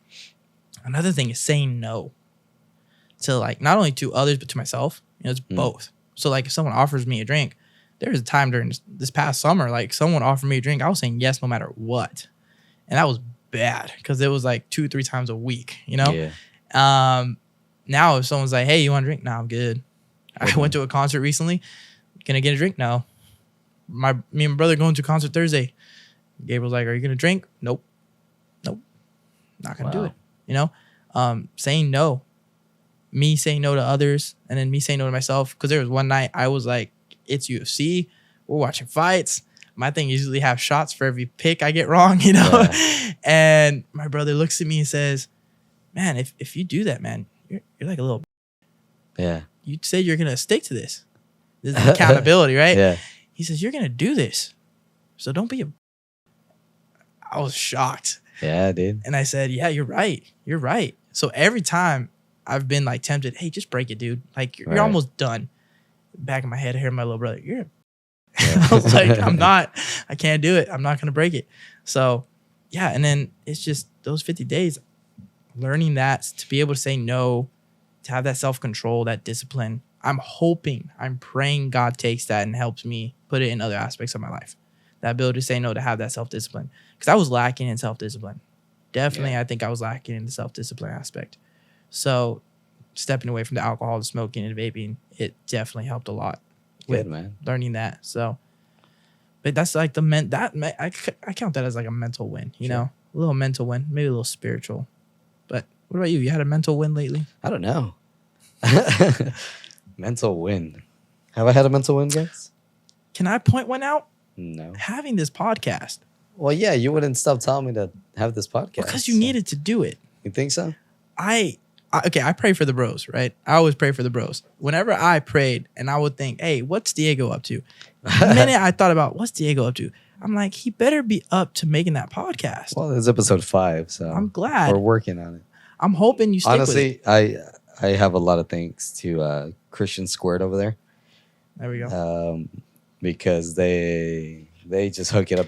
I got here and there like, we did this, we got that, and I'm like, I love you guys, man. Thank you. I know Kept pushing. I'm extremely pissed when you guys sit on my chair and you guys forget whose show it is when you interrupt with the mic, but I'm very glad that you guys are here. You got something to say? Do me a favor, spell socks really fast for me. So anyways, watch episode 1 Excelsior. But yeah, I think that's a mental win, dude. I don't know what it was that was like keeping you from doing it. But you have a gift with this. All of a sudden, I just got a bunch of free time out of nowhere. So I was just like, you did get a lot of free I time. did get a lot of free time out of nowhere. It's almost like God opened a door for you in a really crazy way. Yeah. Using his other disciples. But so quickly, my schedule got full, and I'm just so glad for it. You know? Like, I'm getting more days with Mia, and now she's in jiu-jitsu too. So Tuesdays and Thursdays are her, and I try to go Mondays and Wednesdays. Kevin tells me, like, why are you even paying a membership? You're not even showing up. But I didn't go last week, and he was upset with me. He needs his Diego time, too. I'll have him back on the show soon. Yeah. He needs Diego time. I guess those are my mental wins where I show up to go do a workout. Like, the workout itself, it's cool and everything. Once I'm there, I'm like, all right, I'm already here. Yeah. But my mental win is, like, just show up. I'm putting on that gi, getting in the car and getting there. Yeah. Yeah. And when it's like jiu-jitsu, it's a lot easier because I just got to put on sandals. You don't have to put on shoes. I got to tie my shoes, man. No, man. Yeah. But I got a membership to Planet Purple. I've only been there twice since I've gotten it, and I've had this membership for like 3 months. Ooh. Yeah. Why aren't you going there? Why? Is it because you're busy? Is it other things? I don't know. You know what it is? A lot of because confession time. Here's my support group too. You know. All right, let's go. When I re-downloaded Instagram, it's for this because eventually I'm not going to create a new profile for this. I'm just going to put it in my personal. We still cool with that? Yeah. Sounds like my producers approve. Yeah. And like that. But that has caused me to just scroll. Yeah, dude. Oh, it's 7:00, and then all of a sudden I'm like, oh, it's 11. Dude, I need to study for a test. I need to, go to the gym. I need to go work out, but you got to put a screen time lock on it. Yeah. My brother did that recently. He has the password for my phone. I have the password for his. Yeah. And we said it. This sounds like a lot of Instagram time, but it's 2 hours. All right. And that sounds like a lot of Instagram time, but you don't realize how fast you burn 2 hours looking at reels or responding to messages. Mm-hmm. So having that password on that phone, you swipe up and then it says nope, and you have to enter a password. Well, when my brother goes back to work, he works the time I'm at home. Yeah. So I can't get him to unlock my phone. And when I'm at work, he's at home. So if he burns it, he can't get There's no way we're gonna unlock each other's phones. So we're really locked out. So you gotta get someone that don't live anywhere around here. And then you're just gonna burn your time and that'll be it. I'll probably tell my neighbor the one that's like, Diego, your backyard's on fire. I'll tell. That story's lit. These shoes, remember? Oh, it was those shoes? It was these exact shoes. That's crazy. First time wearing them out, and I put out fire with them. Dude, yeah. MVP right here. That was such a fun time, though. That was so much fun. Were you guys here? You were here. Were you? You were here. You were here. Yeah. It's fire meat too. It was good food. Fire, yeah. Good 4th of July. It was 4th of July. It was 4th of July. That was a lot of Speaking of America, July 4th. Yes. Are you still doing the whole who to vote for thing? Because that was very helpful when. So what was it that I got in the mail? A ballot? Okay, so recently, what's the difference between the things that I get in the mail that says just bubble it in and mail it back compared that's to a ballot? Does that go for the presidential vote too? Goes for both. So because I voted for Trump there. Between now, okay, so you got that one back in June, I think was when we had our primaries here in California. So that was just a primary. That's just to get him on the final ballot in November. Okay. So you voted for him to be the Republican nominee. Now he's the Republican nominee. That's what it is. Okay. Now we have this. So this election in November here is actually super crazy. And not I've been we seeing could the reels. We could focus on the presidential aspect, but I think we know how California's voting. Yeah. So I think talking about who we should vote for You president know here what's in crazy? California. I feel like it's just like the LA area and the Bay Area. That's it. More That's like all decided. Central Valley. It's more like red. yeah. It is red. But because there's so many people, so California's election goes by majority, not by representative. Yeah. So if it went by representative, it'd be totally different because Democrats only win 4 or 5 counties. Really, they don't win a lot of counties here in California. But are they big counties? Well, they're the most populated ones, and that's why. So they go by population vote, not by representative of the area. But so that's why California's been blue for just forever, not forever. Like I think it was Reagan was the last time. You could check that. I don't even think I was alive, or maybe I was. I don't know. Yeah. So that was the last time California was red. So when I look at this election, I already know who I'm voting for. I'm still going to do the research and put it out there on that little ballot cheat sheet for other people. But I'm more focused on local with California. We have so many propositions on the ballot this time because Newsom pushed them all away from the June ballot onto this one. So instead of having it split, where we'd have about an even amount, it's all now. Yeah. And we have some on there like rent control, whether it's determined by the state or local authorities. Rent control. Whoa. Rent control. And I think that's a big deal because right now it's determined by the state. So think about this. You have places like LA, San Francisco, who have a much higher average income. Yeah. Right? The average income in Madera is about $81,000. Okay? And that's average income. That's not, we know a lot of people who don't make that. And that's average household. So that's also sometimes for 2 people. Yeah. Maybe it's 3 if you have 3 people living in a household working. Rent here in Madera is like $2,000. Yeah. Rent is expensive. Houses are expensive. Yeah. And rent is determined by the state the same way it's determined for San Francisco and LA. So whatever the state determines is for the whole state. It's not just for this area or this area. It's for the whole state. That doesn't benefit people like us in the Central Valley. We need this Proposition 33. So it forces the county and the city to work together and enforce their own rent control. I'm going to let you know right now. I went and talked to city council members about this. I did. I appeared at one. Yeah. I'm going to try to go more often to these city council meetings. I want to hear what these people are saying. And I love that they have them while everybody's at work. That's the county supervisors. County supervisors at 10 o'clock on a Thursday. Who's going to go to that? The stay-at-home moms of the rich families who live in the richest areas of Madera, not the common people. Yeah. Okay? So that's why they hold it then. Okay? The city council is actually at 6 p.m. People. Yeah. Yeah. So city council is at 6 p.m. on Wednesdays. So it's everyone can go. Okay. It's really good. I talked to them about this, and when I asked them, they ended up telling me, no, we haven't looked into a plan. We didn't even know this proposition was on the ballot. This was back in like August. So granted, it was a little bit earlier, you know. I don't think they have a plan yet. I frequently talk to Councilwoman Cici Gallegos. She's running for mayor. She, at the moment, at the time of this recording, she's the one I'm saying we should vote for mayor. Gallegos. And here's why I'm saying Gallegos. The main competitor is Santos, who's the mayor right now. He's the incumbent. When was the last time you saw Santos? I don't even know our mayor, dude. That's a problem. Yeah. That's a problem. Did you guys know our mayor? My mom actually interviewed him one time for her real estate channel, and she asked him quite a few questions about Madera specifically. You guys can go check it out at Family Realty Team. It'll be in the link, right?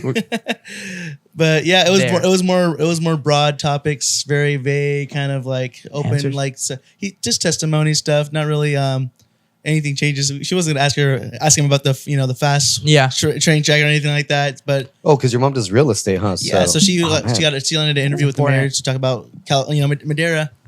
But yeah, it was mostly just like fun banter. Nothing really policies or anything specific like that though. Actually, Christian, one of you, could you pass me my phone? Because they're having an open forum for all the candidates running for mayor. October 1st, I don't know the time. He's going to pass me my phone and I have the picture of it. But I think it's important for people to go. Because here's the thing. Not a lot of people know this. Dude, we're not going to post these until like November, December. Oh, that's fine. It'll be fine. But next year. They're gonna listen we'll have you to on this more and they're gonna be like, times. man, I wish I knew about this. Yeah. But here's the thing about this local government is so important.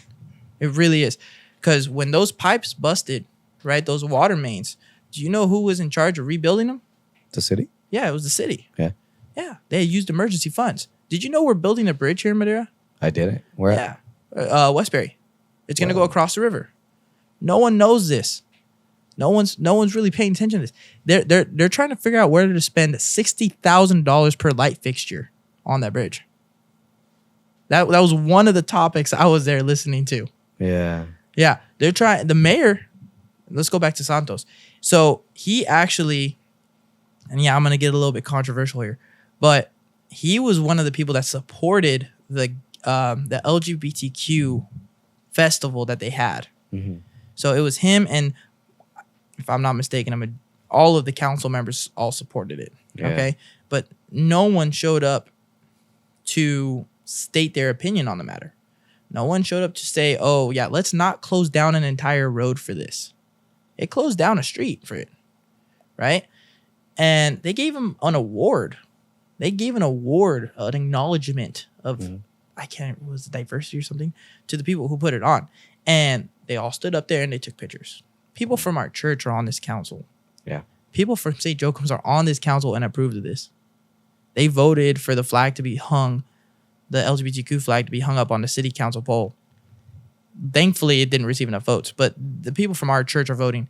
And I have it on good word that one of the council members that's from our parish, he's already stated that if he doesn't win this election, he's going back to Mexico. Whoa. That is sad. What is his commitment to Madera if he's just going to leave? Have you ever thought about running for council member? I'm not going to do that to my family. I'm sorry, but politics can get dirty. Yeah. And even local politics can get dirty. I've heard so many stories. I've talked to past county supervisors. I've been to county supervisor meetings. I've been to city council meetings. I've talked to mayors. I have a letter from a former mayor of recommendation, you know? So I've seen this a little bit more than most people. I don't want to do this because then I'm under the spotlight. Yeah. I'm already a teacher. I'm under the spotlight enough. I don't want to do this. What I do want to do is raise awareness of it. I want people to know what's actually going on. Measure T is something that's, you see it on the streets. I don't know. You've seen the posters.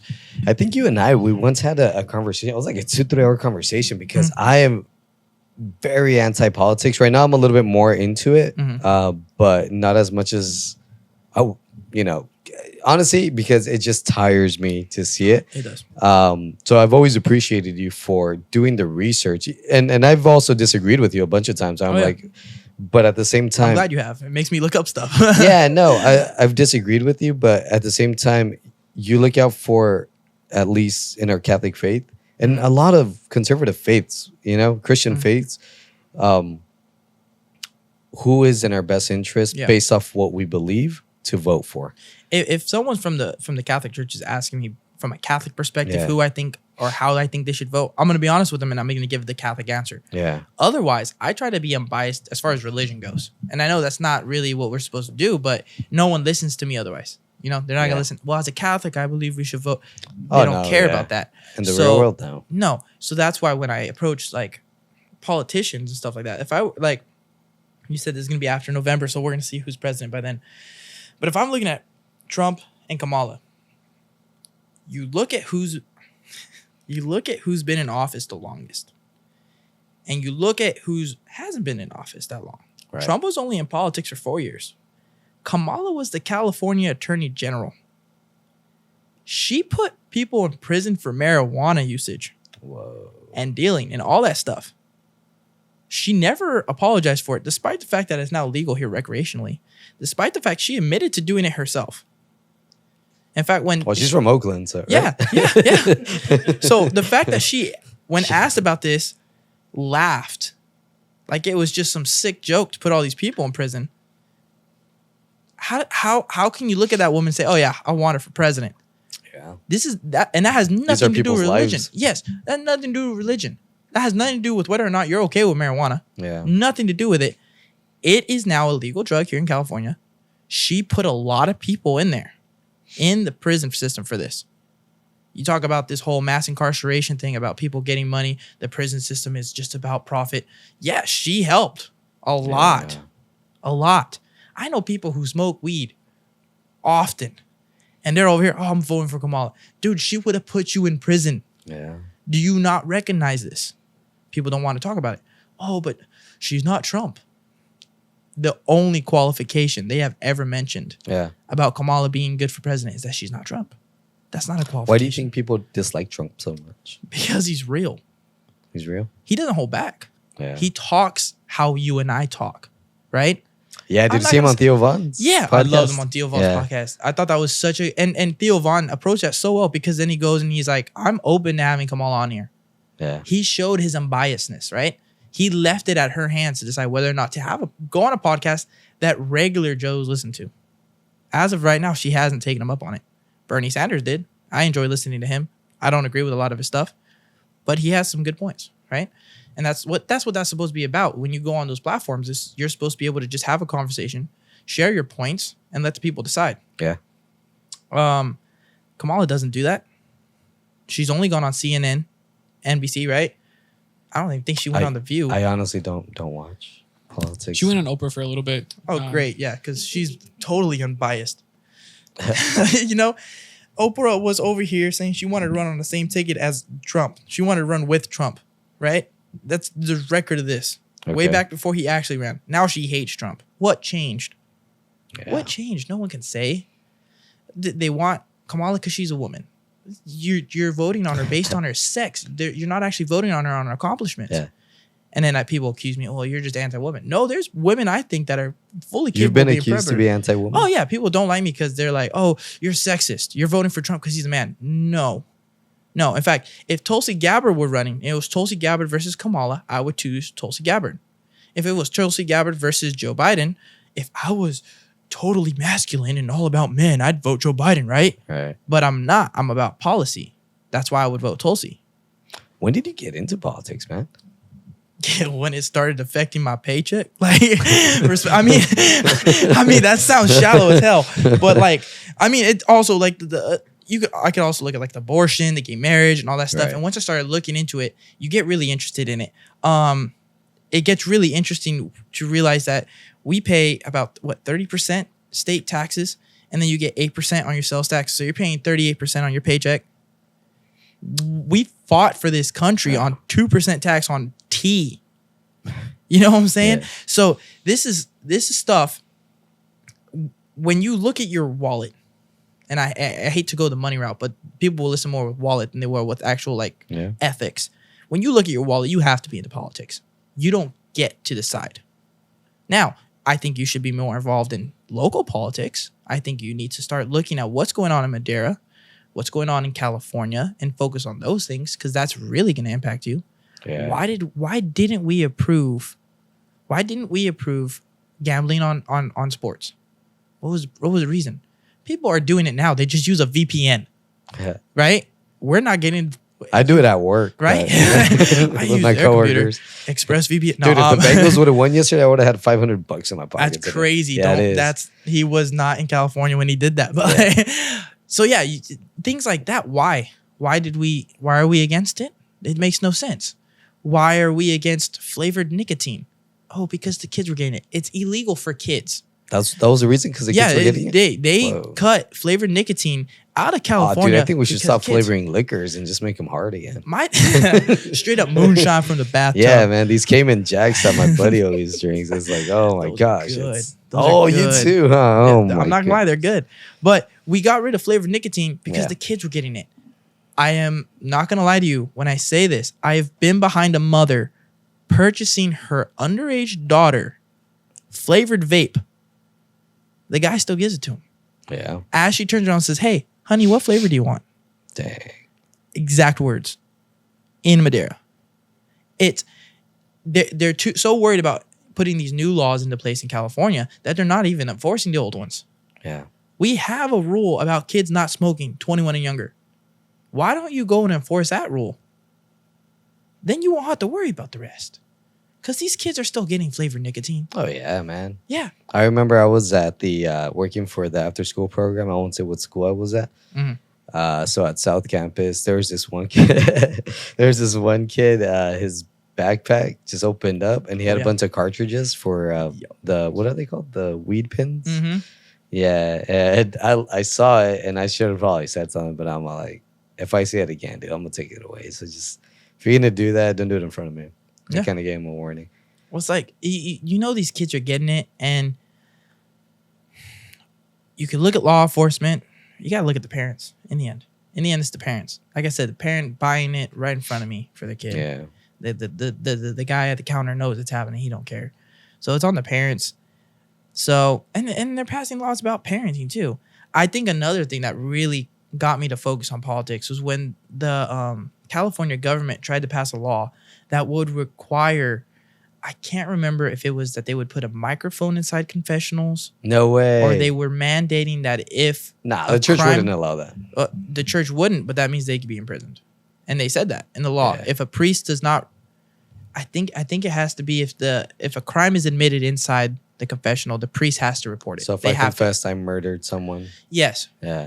Yeah. And a lot of people don't realize a priest usually, when he hears something like that, a serious crime, he's like, part of your penance is go report it. Turn yourself in. Yeah. That's part of your penance. The priest is telling the person to do that. But you can't force government into religion, and they were trying to do that. Yeah. It didn't pass, thankfully. When was this? 2013, 2014, around there, I want to believe. And so I started looking into it because I've heard that before. I've heard that what they was were I doing 2013. Oh yeah, I was busy ruining my marriage at that time, so I kind of had my hands full. Yeah, my mom always had Catholic radio on, and so I would always hear news about Catholic stuff. Shout out my mom, kept me informed. Nah, dude, but like I'm glad for people like you. Honestly, straight up, I would be like, man, this guy's annoying. He won't shut up about politics. But nah, dude, but I'm glad that you didn't care and you still kept enforcing. I have a cousin that's like that. Mm-hmm. Honestly, as soon as he starts talking politics, like 95% of the family just tunes him out, tells him to shut up. And like he's felt bad because he's trying to inform people. But it's also like the timing of the place. And I think it's awesome that people are into politics and want to get people informed and want us to really look at our options to see what's our best interest. Yeah.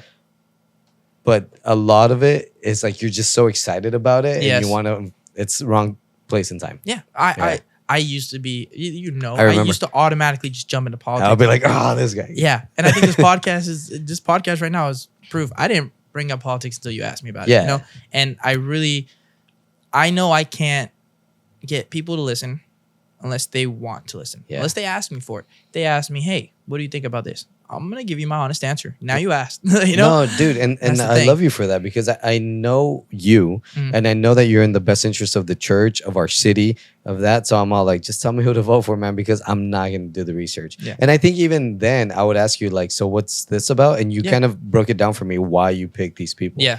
I'm like, yeah, it makes sense. I try to do as much with that. The voting guide. That's what. Yeah, the voting guide that I put together. I try to put as much research into it as possible, and I look as much as I can into unbiased sources. I like using Cal Matters because it's very unbiased. It just tells you what's going on. That's it. Cal Matters. Cal Matters. Yeah, Cal Matters.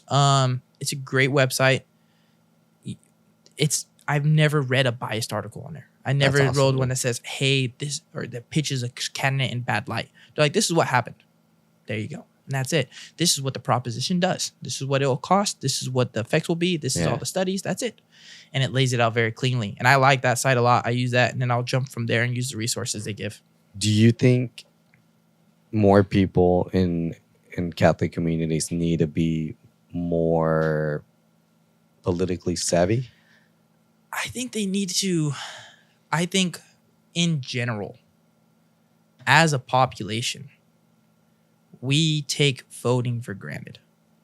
And because of that, we're not really willing to put forth the effort and make the most of that privilege. Because there's places where your vote don't mean shit. Yeah. There's places you don't get to vote. And here in the United States, we're lucky to live in what's supposed to be a republic. It's not a decision of the majority. Okay? It's a decision of the country as a whole. That's what a lot of people get wrong. We're a democracy. No. The United States was never meant to be a democracy. It was always a republic. That's why you and me don't actually vote for the president. We vote to tell someone who we think should be president. Then they send someone who's supposed to reflect our vote to vote for the president. That's what the Electoral College is. We don't actually vote for the president. not a lot of people know that. Yeah, I didn't We know don't that. actually vote for the president. We vote for who we think should. We have 50. Last time I checked, it was 55. It might be 52 now. California has 52 or 55 electoral votes. California has this weird rule where the majority, if whoever the majority votes for, they get all the electoral votes. All 55. So in California, your vote pretty much means nothing, sadly. All 52 votes will go to that candidate, but it's only if the 52 electoral college people that they choose decide to reflect those votes. They've had it where electoral college voters rebel. So it has to be unanimous?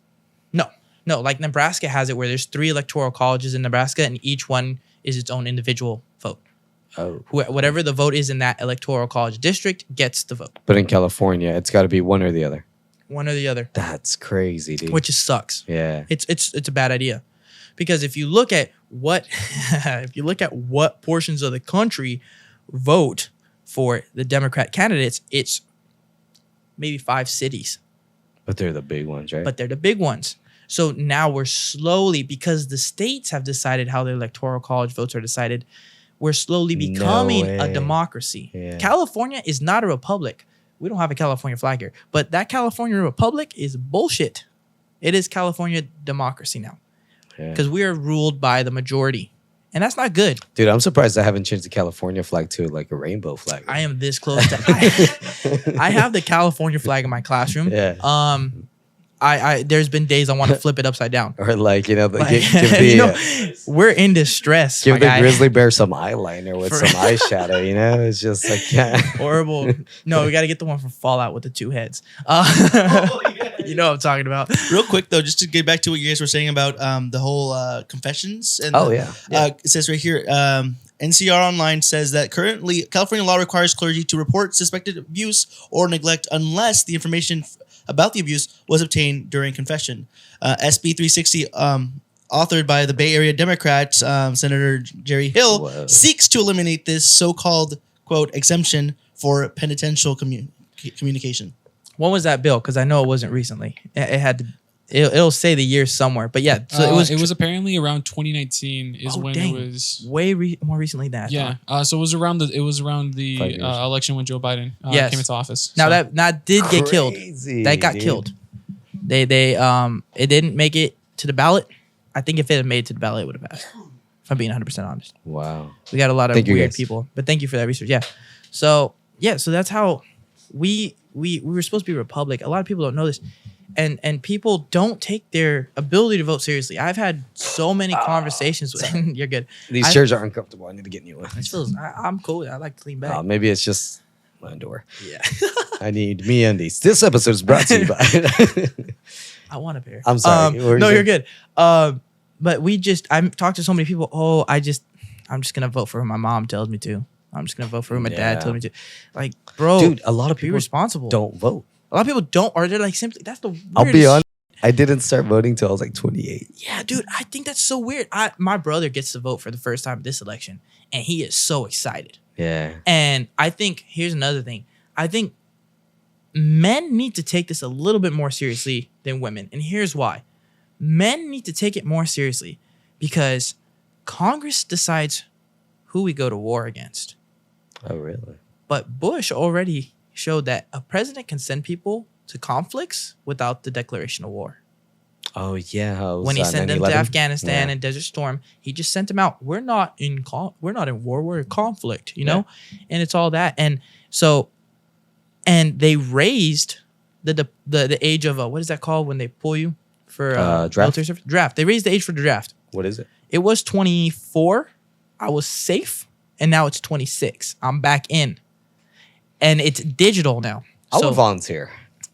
if it came down and they started drafting, I would Like, just if it go went join the crazy, Marines. crazy. Yeah. I wouldn't wait for them to draft me. I would go join the Marines. But I think another thing is I don't want to go to war for Israel. I don't want to go to war for Ukraine. Oh, yeah, that makes sense. You know what I'm saying? I don't want to end up in that. I don't support Israel. I don't support terrorism either. But that whole conflict's messy. I don't want to be on either side. Ukraine and Russia, I mean, that thing's been going on. How many people have really died? We don't know. Yeah. You really think Like Ukraine's the going to give COVID us honest? numbers? Yeah. You think Ukraine's going to give an honest number? If they gave an honest number and it's super high, They wouldn't get. demoralizing. Yeah. It's demoralizing. We know Russia was overpowering them, you know?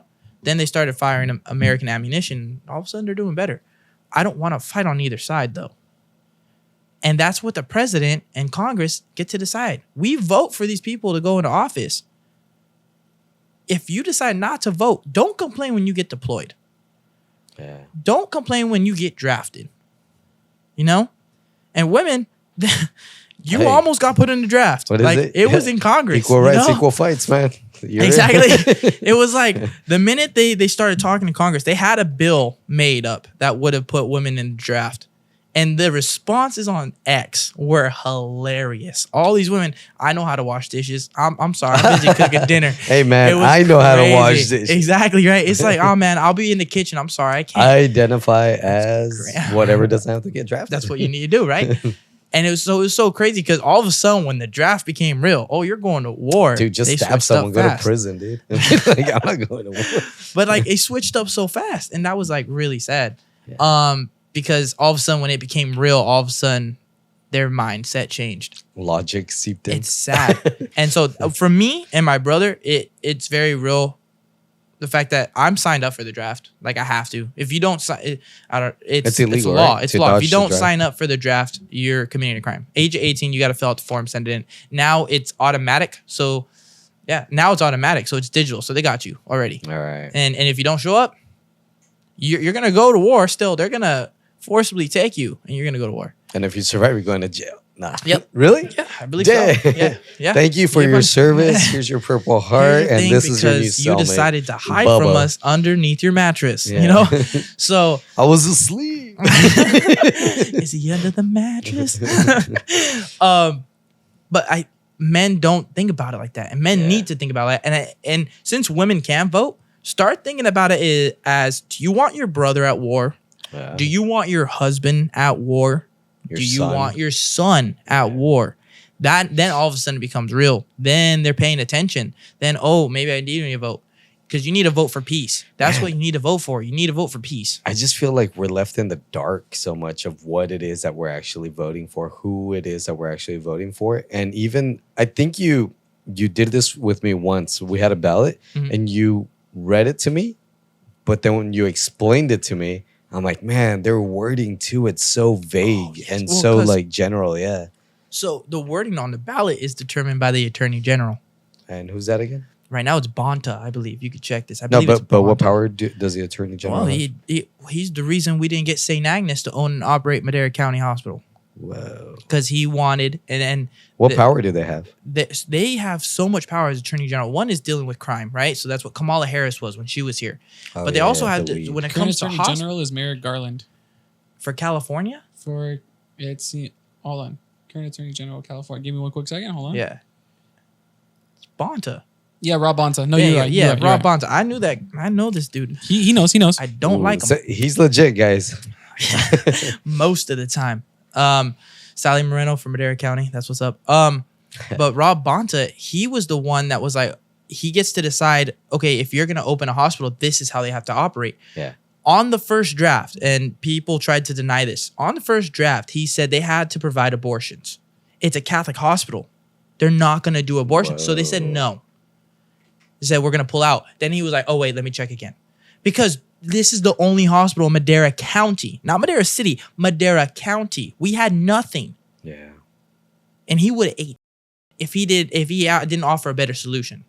Okay. Now another bunch of other stuff happened, and I still blame Rob Bonta for that. But he also decides how it's worded on the ballot. He's Democrat. He has a party affiliation. He gets to determine how you read the ballot. Yeah. That's not fair. That's not right. Yeah.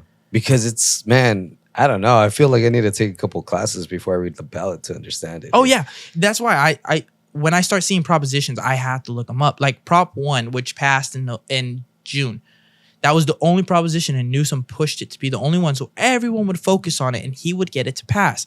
It passed by like 0.5%. No way. It was so close. It took him 5 days to figure out What who was won. Prop 1? Prop 1 was dealing with homelessness. Oh. And everyone was like, oh, this is going to be good. We're going to get money for homelessness. We're going to get money to help the homeless. And they threw in the word veteran in there just to make everyone think they're helping the veterans out too, you know? Whoa. But in reality, they'd never, if you think about the homeless right now, okay, what do you think is going to fix, or what do you think the main issue, the main cause of homelessness is? I think You see a guy, everything's expensive. you see a guy walking across the street just Crack. mumbling to himself. Meth.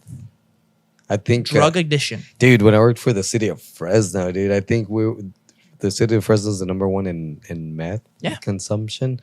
And then all the junkies from the Bay Area, like, dude, they were telling me this, that like they'll give them a bus ticket, $50, go to Fresno. Yeah.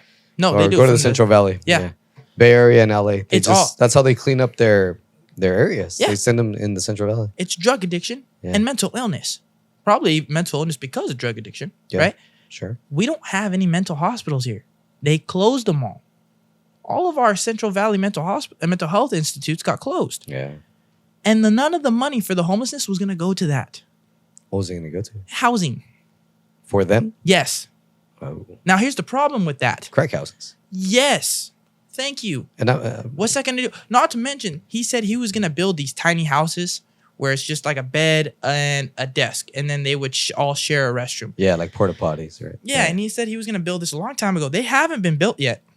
It was 3 or 4 years ago when he said he was going to do this. I've seen some in Fresno, man, but like the amount of homeless people I got to all 3 of those sheds, I don't think they're all gonna fit No, in he there. was supposed to build communities. Well, He hasn't done it yet. I wouldn't Right? go. I would be like suspicious if I'm homeless. Like I think they just want to round us up. You know, yeah. they're gonna do something. Yeah. Well, I mean, where did all the homeless go from San Francisco when he cleaned up for the Chinese president? Oh, I don't Those know. streets were They're probably clean. here, Those right? streets were clean. There was not a piece of Probably in inside. this corner right here, man. Like I guarantee they bust them either. They probably bust them here, or I'm not gonna go into conspiracy theory, but they probably bust them here. You know, Wait, what's your theory? The conspiracy? they were taken into science labs. Oh no way. That's the thing. You can't track a homeless dude. That's very true. You can't track a homeless dude.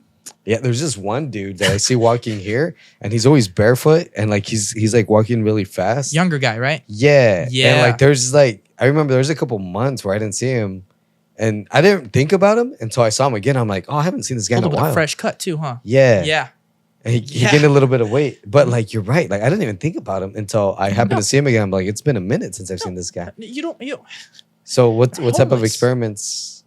I don't know about that. I'm not gonna go too far into that, but I'm just. Oh man, no. I don't. This is Alex talking to Diego. Who cares what these It's people me getting think? crazy. Okay. They obviously they're testing things on people, right? They have to test things on people to some degree. COVID. No, I don't know. I mean, the vaccines. You could think about that. Yeah. You can go crazy with it with think of testing them, but again, it comes down to these homeless people. You can't track them. Yeah. So when all of a sudden they disappear, you could say they died. You wouldn't know. You could say, oh, they just moved to a different town. You really can't know. Yeah. Were Or they abducted? Were The they shipped crazy somewhere? thing You is, don't I know. feel like people would be glad that they don't see him anymore. I mean, wouldn't you if a guy was in your lawn? Yeah. The apartment complex down the street from the Holy Family Table caught fire because and there was someone on that house's corner. It was an empty house. The strawberry stand down the street from my house caught fire because a homeless was pitched up in it. Wow. So listen, I'm not saying we should hate people. We should love people, want the best for them. Yeah. But it's hard not to get mad at someone when they're doing stuff like that. Yeah. You know? Well, I think the more frustrating thing is not necessarily them. It's like if cities and states have the funds for this and something like that to actually help. They don't. Yeah. They don't. Like rehab centers. They don't. They don't.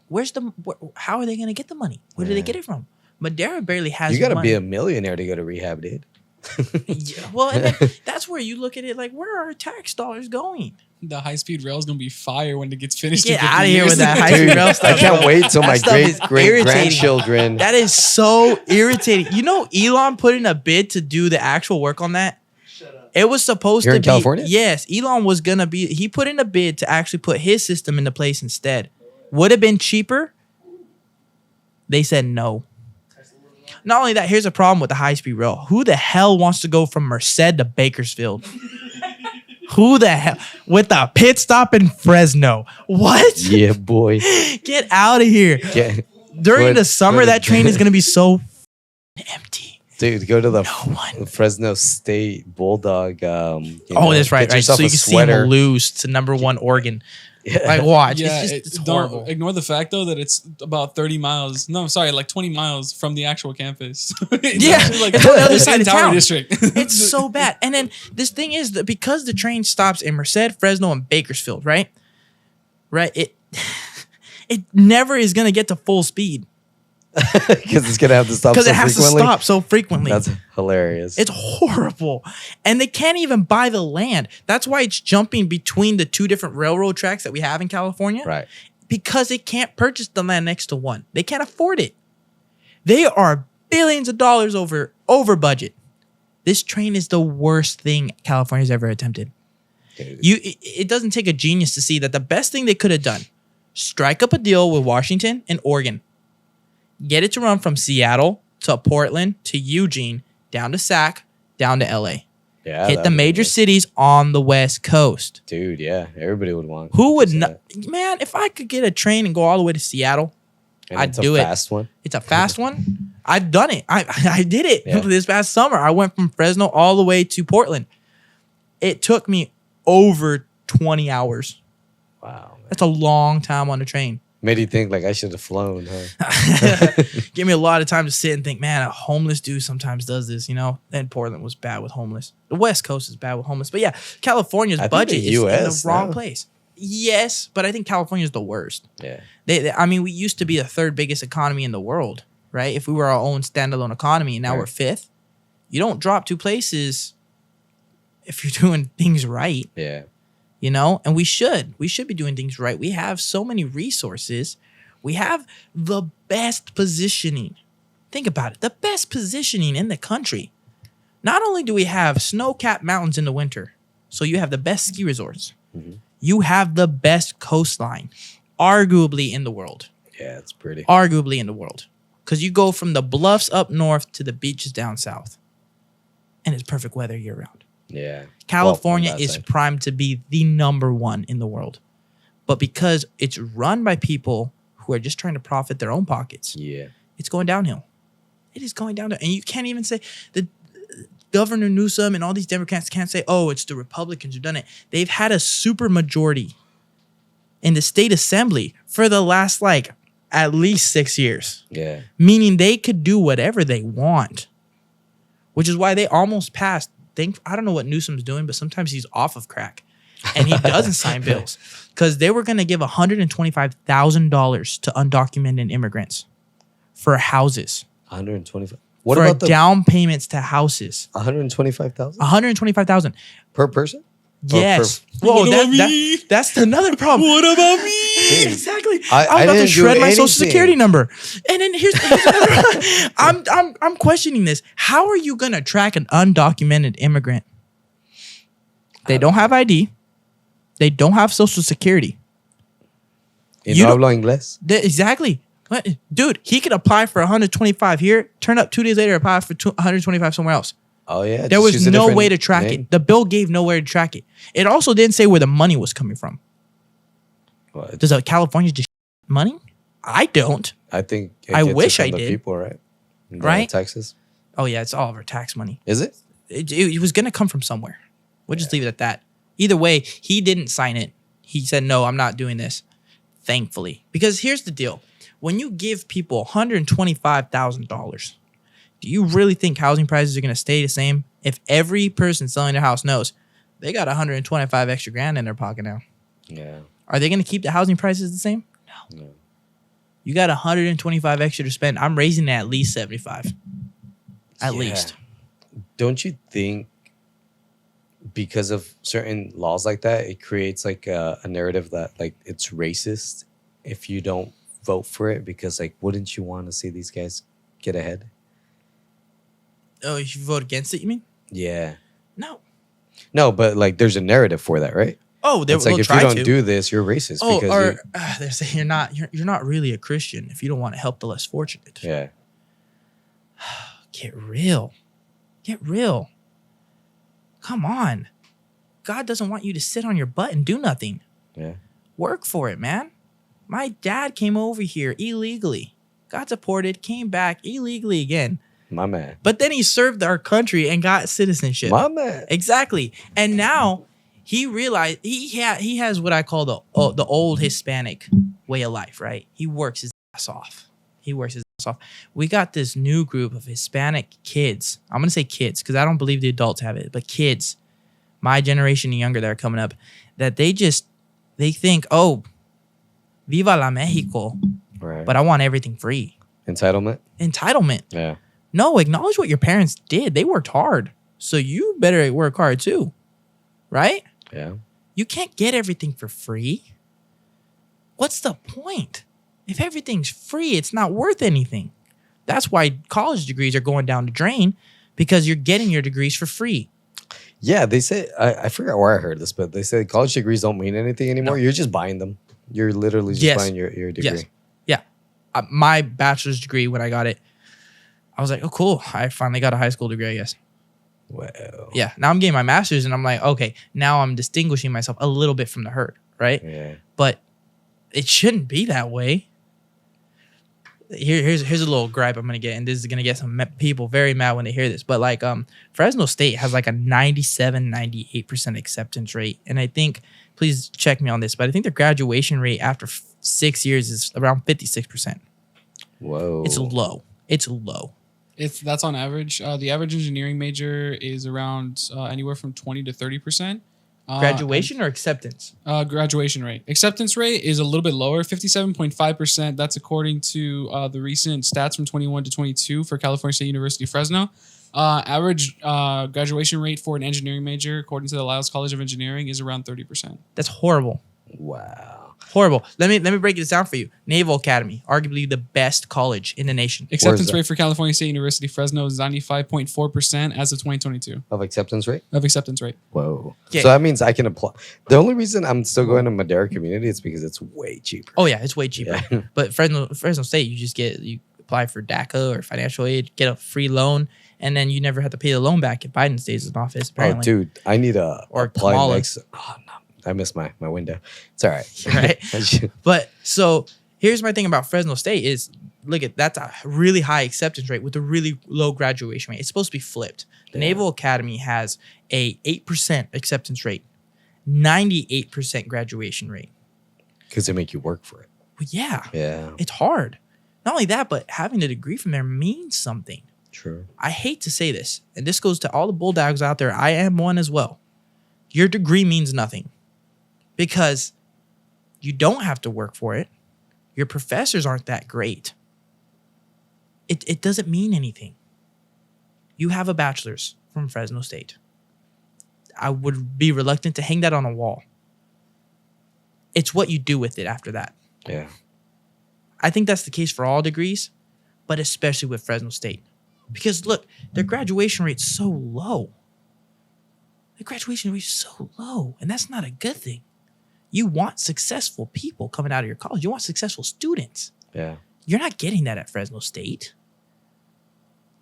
And that's 6-year graduation rate. Yeah, so I think the bullet train should just pass right by Fresno then. Honestly. I think that's just for 4-year graduations. Masters are probably a little bit lower. No, I mean 6 years, like bachelors. Oh, a 6 years bachelor? I'm not 100% sure. The stats weren't completely on that, but once we find something, I'll let you know. Yeah, thank you. Yeah, because You like guys are awesome, man. Hey, I appreciate you guys. appreciate you fact checking me because I know sometimes I say stuff that's a little outdated. Dude, you've been pretty on the money with everything you've been spewing, I and I'm hold this glad. stuff, and this again. I'm not hating on anyone from Fresno State, right? I graduated from Fresno State. Okay, I graduated there 21 and immediately got a job after. What I'm saying is this: don't say I'm going to Fresno State and act like you're there. You know, I'm sorry, but you're going to It's not Fresno that great in State. school, yeah. That's what 90% of the people in the Central Valley try to do. All right. And it's what you do with the degree after that makes more sense. Right? It's Yeah. how you get the degree. I really think if you went to school and you took out a loan, it kind of hurts your degree a little bit because it's not yours right now. Yeah. It's not yours. It's owned by the government. That's where you got your loan from. So that's who owns that degree. right? What happens if you don't pay your degree? I actually never looked that up. What happens if you don't pay your loan back? Do they tear up your degree? I don't even know, man. I think they just put you on an audit and then see what happens from there. Wild. Where's the consequence? So we went ahead and looked up a little bit more on the stats for Fresno State. So according to 2023, Fresno State's 4-year graduation rate was actually 25%. Fresno State's goal for a 6-year graduation rate is at 69%. But however, that's a goal that hasn't been recorded yet. Fresno State's 2-year transfer rate has surpassed its goal of 34%. So as of the current moment, right now, the transfer rate has gone up, 6-year graduation rate goal has gone up, but the 4-year graduation rate currently stands at around 25%. 1 in 4. 1 in 4. Regarding the default on federal student loans, the government could garnish your wages, tax refund, and even Social Security benefits if you do not pay them back for your degree. So you still get the degree. Wow. Just a small fee for it, huh? Exactly. There's no repercussions.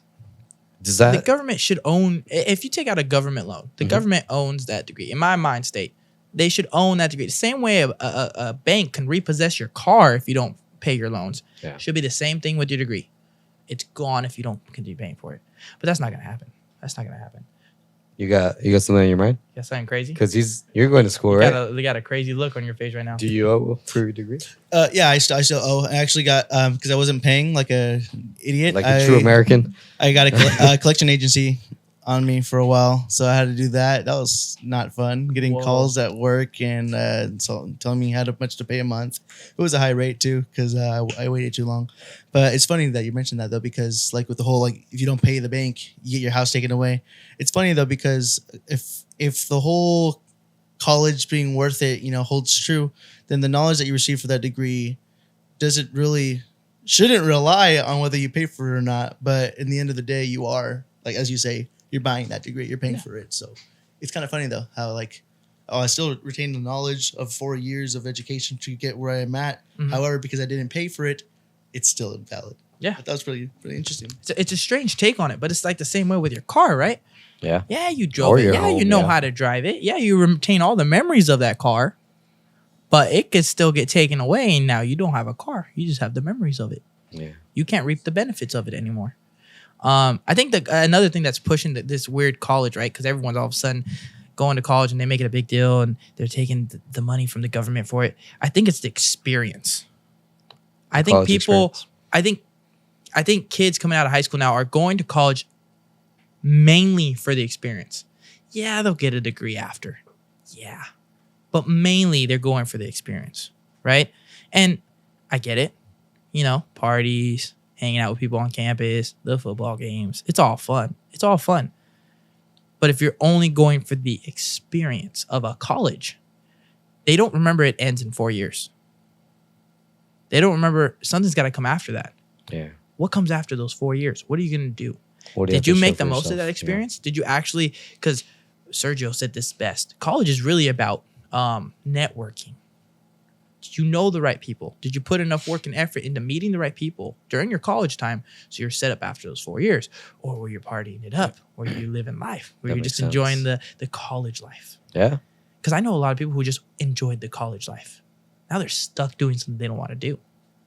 Well, you did that to yourself. Yeah. College should have been a time where you were networking and you were still working your butt off. Live a little at the moment. But you should continue working hard for what comes after. Because after those 4 years, what are you going to do? The world keeps spinning. When I went to college, the entire time I was in college, I was employed. One way or another, I was employed. I was either working part-time or I was working full-time. So during COVID was actually a huge blessing for me because I took 25 units one semester. How many classes is that? For someone that 6 or 7? Takes 6 units. Just for reference, the average individual considered full-time is about 12 units. 18 units you have to submit a petition for. 25 units you have to actually get a permission from the dean's office at the college. I was going to 2 different colleges. Oh. So I was going to Fresno State. I was taking 22 there, and I took a 3-unit class at National University at the same time. It was a 4-week course. I took it, and that was my 25 units. At the same time, I was working at the preschool during COVID. That was a lot harder than people think because you're doing all the sanitation processes, right? And still trying to maintain it so that way you don't get fined by licensing, because it was open because it's childcare, so we had to stay open. It was an essential thing. So I was working there at the same time. So I'm a double time student working a part-time job, right? I still got A's and B's. Dude, you're crazy. I got 1 B that semester. 1 B. That B was for a class, that extra class at National was just so I could be director the next semester of the preschool. I didn't need it for my degree. I took it strictly for the credits so I could be director the next year. Wow. The next semester, I was full-time at the preschool as a director, as a teacher, and I was also a full-time student. I graduated with 0 student debt. I am going to have my master's next year with 0 student debt. Dude. I'm not saying this to brag. I'm saying this so people can realize you don't need a loan. You do not need a loan. The entire time I was going through college, I was working in the exact field I wanted to get into after. That's why I networked. That's why I got the job after. Yeah. Because the entire time I'm teaching martial arts, that's teaching. I was meeting, guess where most of those kids, guess where their parents worked? In Madera Unified. Whoa. Yeah. Dude. After that, I was working at the St. Joachim's Preschool. At the same time, I was working at St. Joachim's Preschool, right? All of these parents, right? Some of them work for Madera Unified. I'm also getting the experience of teaching kids in their primary developmental ages. If you don't know what kids are doing at 3 and 4, good luck teaching them at 6, 7, and 8. Because that's where it starts. That's where I got a lot of experience. Yeah. I learned how to lesson plan. I learned how to manage behaviors. I learned from some of the most experienced people. It was experience. I learned more from that job than I did from my entire 4 years in college. I bet, man. 100%. 100%. The entire time I was building my experience, college for me was just get the paper so you can get the real job. Yeah. That's all it was. That's all that paper was going to do for me. I did not walk my bachelor's. When I got my bachelor's degree, I didn't walk. You didn't show up? No, because one, it was during COVID, so it was going to be outside of the stadium. They were going to give me 3 tickets. I have a family of 6. I'm not going to cut family out. Oh, dude, you should have just thrown it on the floor and see who grabbed them first. All right, yeah, fight for it. What is it? What's that thing from the Hunger Games? May the odds be ever in your favor. Yeah, see who wins. And then it was also on a work day. They were hearing it. They were hearing at 10 o'clock on a Friday. In my mind state, I'm thinking, I have to work to pay for my degree, but you're going to force me to take a day off to graduate? Yeah. No. Yeah. So I didn't show up. I don't regret it. Good, man. I don't regret it because in the end, that experience, it was more important.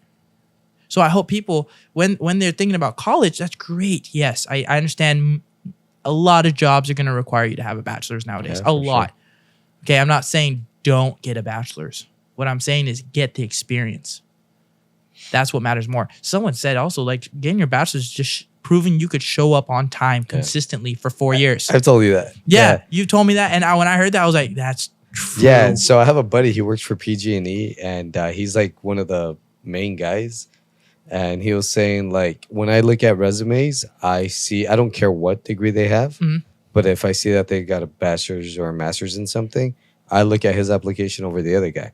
Because regardless if it's not in the field that, like, of what I need him for, it shows that he showed up. It shows that he got the work done. It shows that, 4 years, even though it sucked, he still did the work. Yeah. And that's the type of worker I want. Yeah, you want someone who's consistent. So think about that more than when you're going to college. Like, no one's going to ask you what your GPA is. Yeah, dude. Not once have I been asked what my GPA is at any of my interviews. My high school, 2.01, baby. Barely made. I was homeschooled. I can't brag about mine. Yeah, cheaters. I can't, man. The book was right there in front of me. The curve was so. But no one's asked me my GPA. No one's asked me where I got my degree from. Yeah. No one asks that. No one cares. You got a bachelor's? Cool. How are you with kids? Yeah. Can you handle this kid's behavior problems? What's your IEP? Do you know how to put together an IEP? Do you know how to run a 504? Do you know what an SST is? Are these all races that you ran? No, these are all codes for educational practices, right? Do you know how to use UDL? Do you know how to do all this? Oh, dude, I caught a UDL Crazy. once. Dude. It was crazy. It was this weekend in Vegas. But it's all these things, like all of those terms I just explained to you.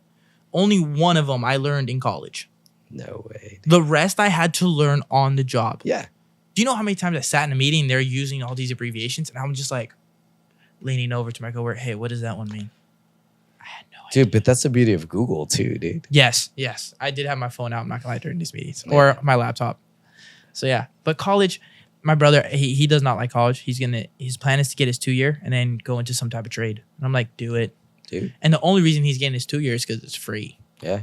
California pays for community college. Yeah. So I tell people, if you don't know what you're doing right now and you graduated, go for 2 years. It's free. You're not wasting money. What you should be doing is stacking cash though on the side. Yeah. Get a job and stack some money.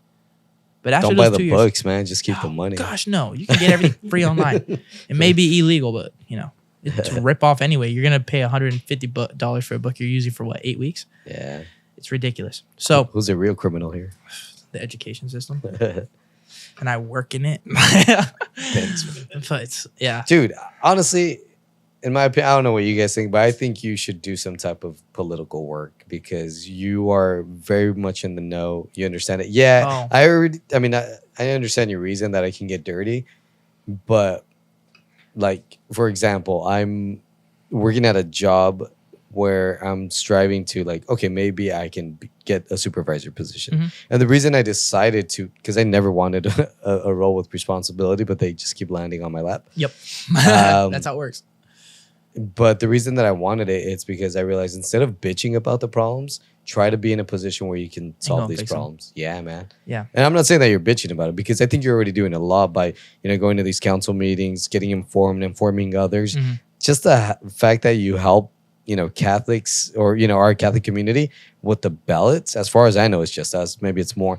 They had like 40 views on that last voter guide. I'm not gonna lie, I was pretty proud of it. Yeah, dude. And that voter guide, just so we know who to vote for or those who are intimidated to vote, because it's like, I know I want this one, but I don't know about these other 8, 9 things or whatever, 16. Yeah.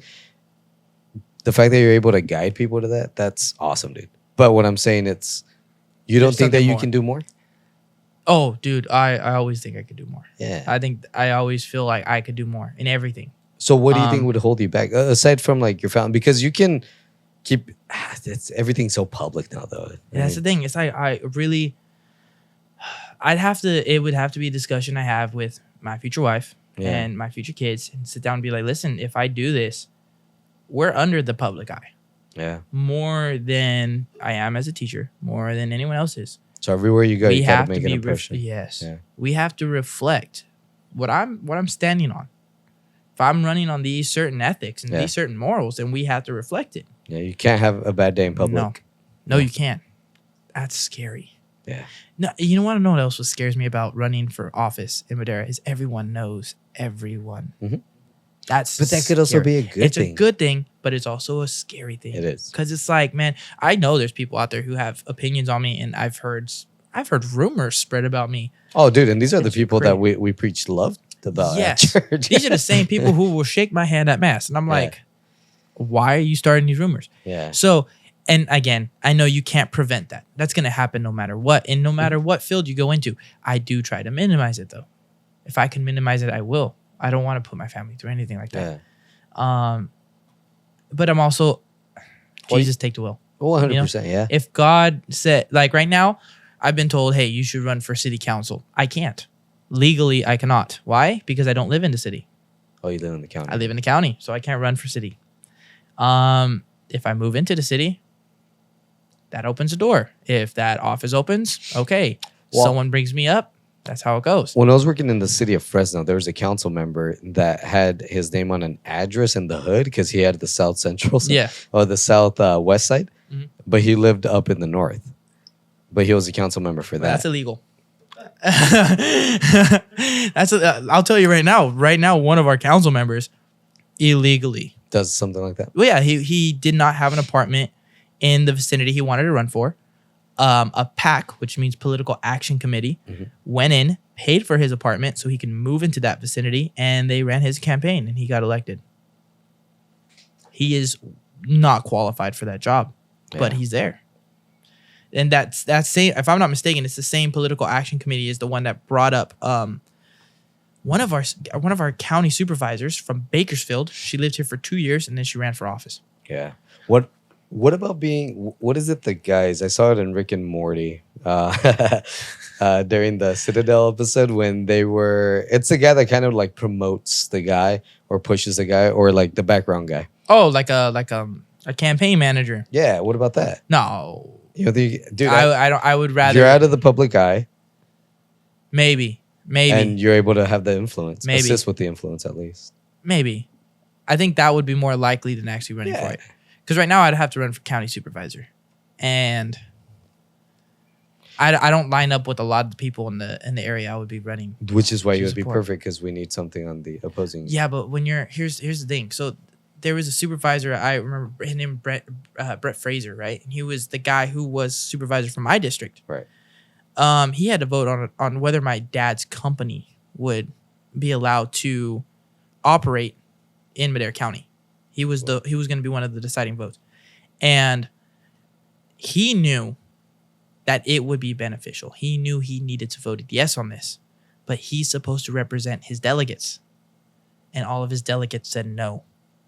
So his vote had to reflect their wishes, and he voted no. I don't know if I could do that. Yeah. If I have to represent delegates, but what they're telling me is, hey, vote for this, vote for this, vote for this. But I know I'm supposed to do the opposite. And I'm not speaking on morally and ethical grounds, right? I'm speaking on like, should we be allowed to build this here? Well, it's going to bring jobs. It's going to bring tax revenue. It's going to be beneficial. No, but the light pollution. If my delegates say no, I'm supposed to vote no. Yeah. But I know it's going to be more beneficial if I vote yes. That's conflicting. That would be tough. Campaign manager is a little bit easier. Hey, dude, stop running your mouth on the podium and just get off. Get on his Twitter feed instead of him. Exactly. Honestly, that's one thing that's weird. Local politicians don't know how to use social media the way they need to, and they're going to lose a lot of votes because of that. If you want the new generation votes, yeah. 100%. Yeah, you got to have that stuff. Well, you'll have my vote, Alex. If whenever you decide to run. We'll see. We'll see what happens. Whatever you do. God will take the wheel and lead me on that track. Right now, I'm just trying to teach some 7 and 8 year olds how to do addition. So I'll focus on that. Dude, You know, there's some what I'm saying? adults That's you need to difficult. teach how to do that. all of Nevada, you know what I'm saying? Add up them votes, yo. Bro. But yeah. Well. But yeah, man. I really appreciate you coming on. Dude, on I the pod. appreciate you and having me. Sorry that I was late. It's all good. I'm so happy you're doing this, man. Thank you for doing this. No, man. Thank you for like every other week. You're like, so how's the pod coming along? Or like, hey, you should do this pod. Hey, I had a dream about you having this pod. Yeah. Hey, I was listening to this podcast. I'm like, I can see Diego doing that. I can see Diego doing this. I can see him running a great pod. I remember I was pitching like with the podcast to these guys, producers. like so they can. Dude, honestly, these producers, they're the real heroes. They're doing a great job. One of these days, I'll allow them to sit on my chair. Woohoo! And you can sit on my lap. And that's how we know that this is over. No, I'm just kidding. But no, thank you to everybody. Thank you for coming, man. I hope I get you again. I want to get you again after the election. Yes, just so I can either see your joy or your frustration. Yeah. What are your predictions? My predictions now. It's gonna be very similar to 2020. There's gonna be some weird stuff going on. Dude, 2 assassination attempts. 2 assassination attempts. I'm gonna go on record, and I hope I'm wrong. I'm going on record, and I hope I'm wrong when I say this. But I think Kamala wins, only because of all the rigs. There's a lot of statistics showing that it shouldn't happen, but I think it will, and I hope I'm wrong. Well, we'll see. Next time we have you on, what happens. You know what I'm saying? We'll see the results. But thanks, brother. Appreciate you. Right. Oh, yeah. Let's go ahead and end this with a quick prayer. Yes, you want to sir. lead us or? It's your pod. It is my pod. Pray about a podcast. Oh man, it's so spiritually dry right now, but let's see. Let's see what happens. Gotta start somewhere. Yeah. In the name of the Father, Son, and Holy Spirit. Amen. Heavenly Father, we thank you so much for allowing us to come together. Thank you for my brother Alex for helping us to see the importance of politics and how it affects us in our faith, and how it affects our communities. We ask that you continue to guide us and give us the graces that we need to always follow your will and to love you as we should. And we thank you for everything that you give us, and we ask for forgiveness for everything that we take for granted, and for the disrespect that we give you so many times throughout the day. But help us grow more in love with you, and we pray this in Jesus' name with the intercession of Mary. Amen. Amen. In the name of the Father, Son, and Holy Spirit.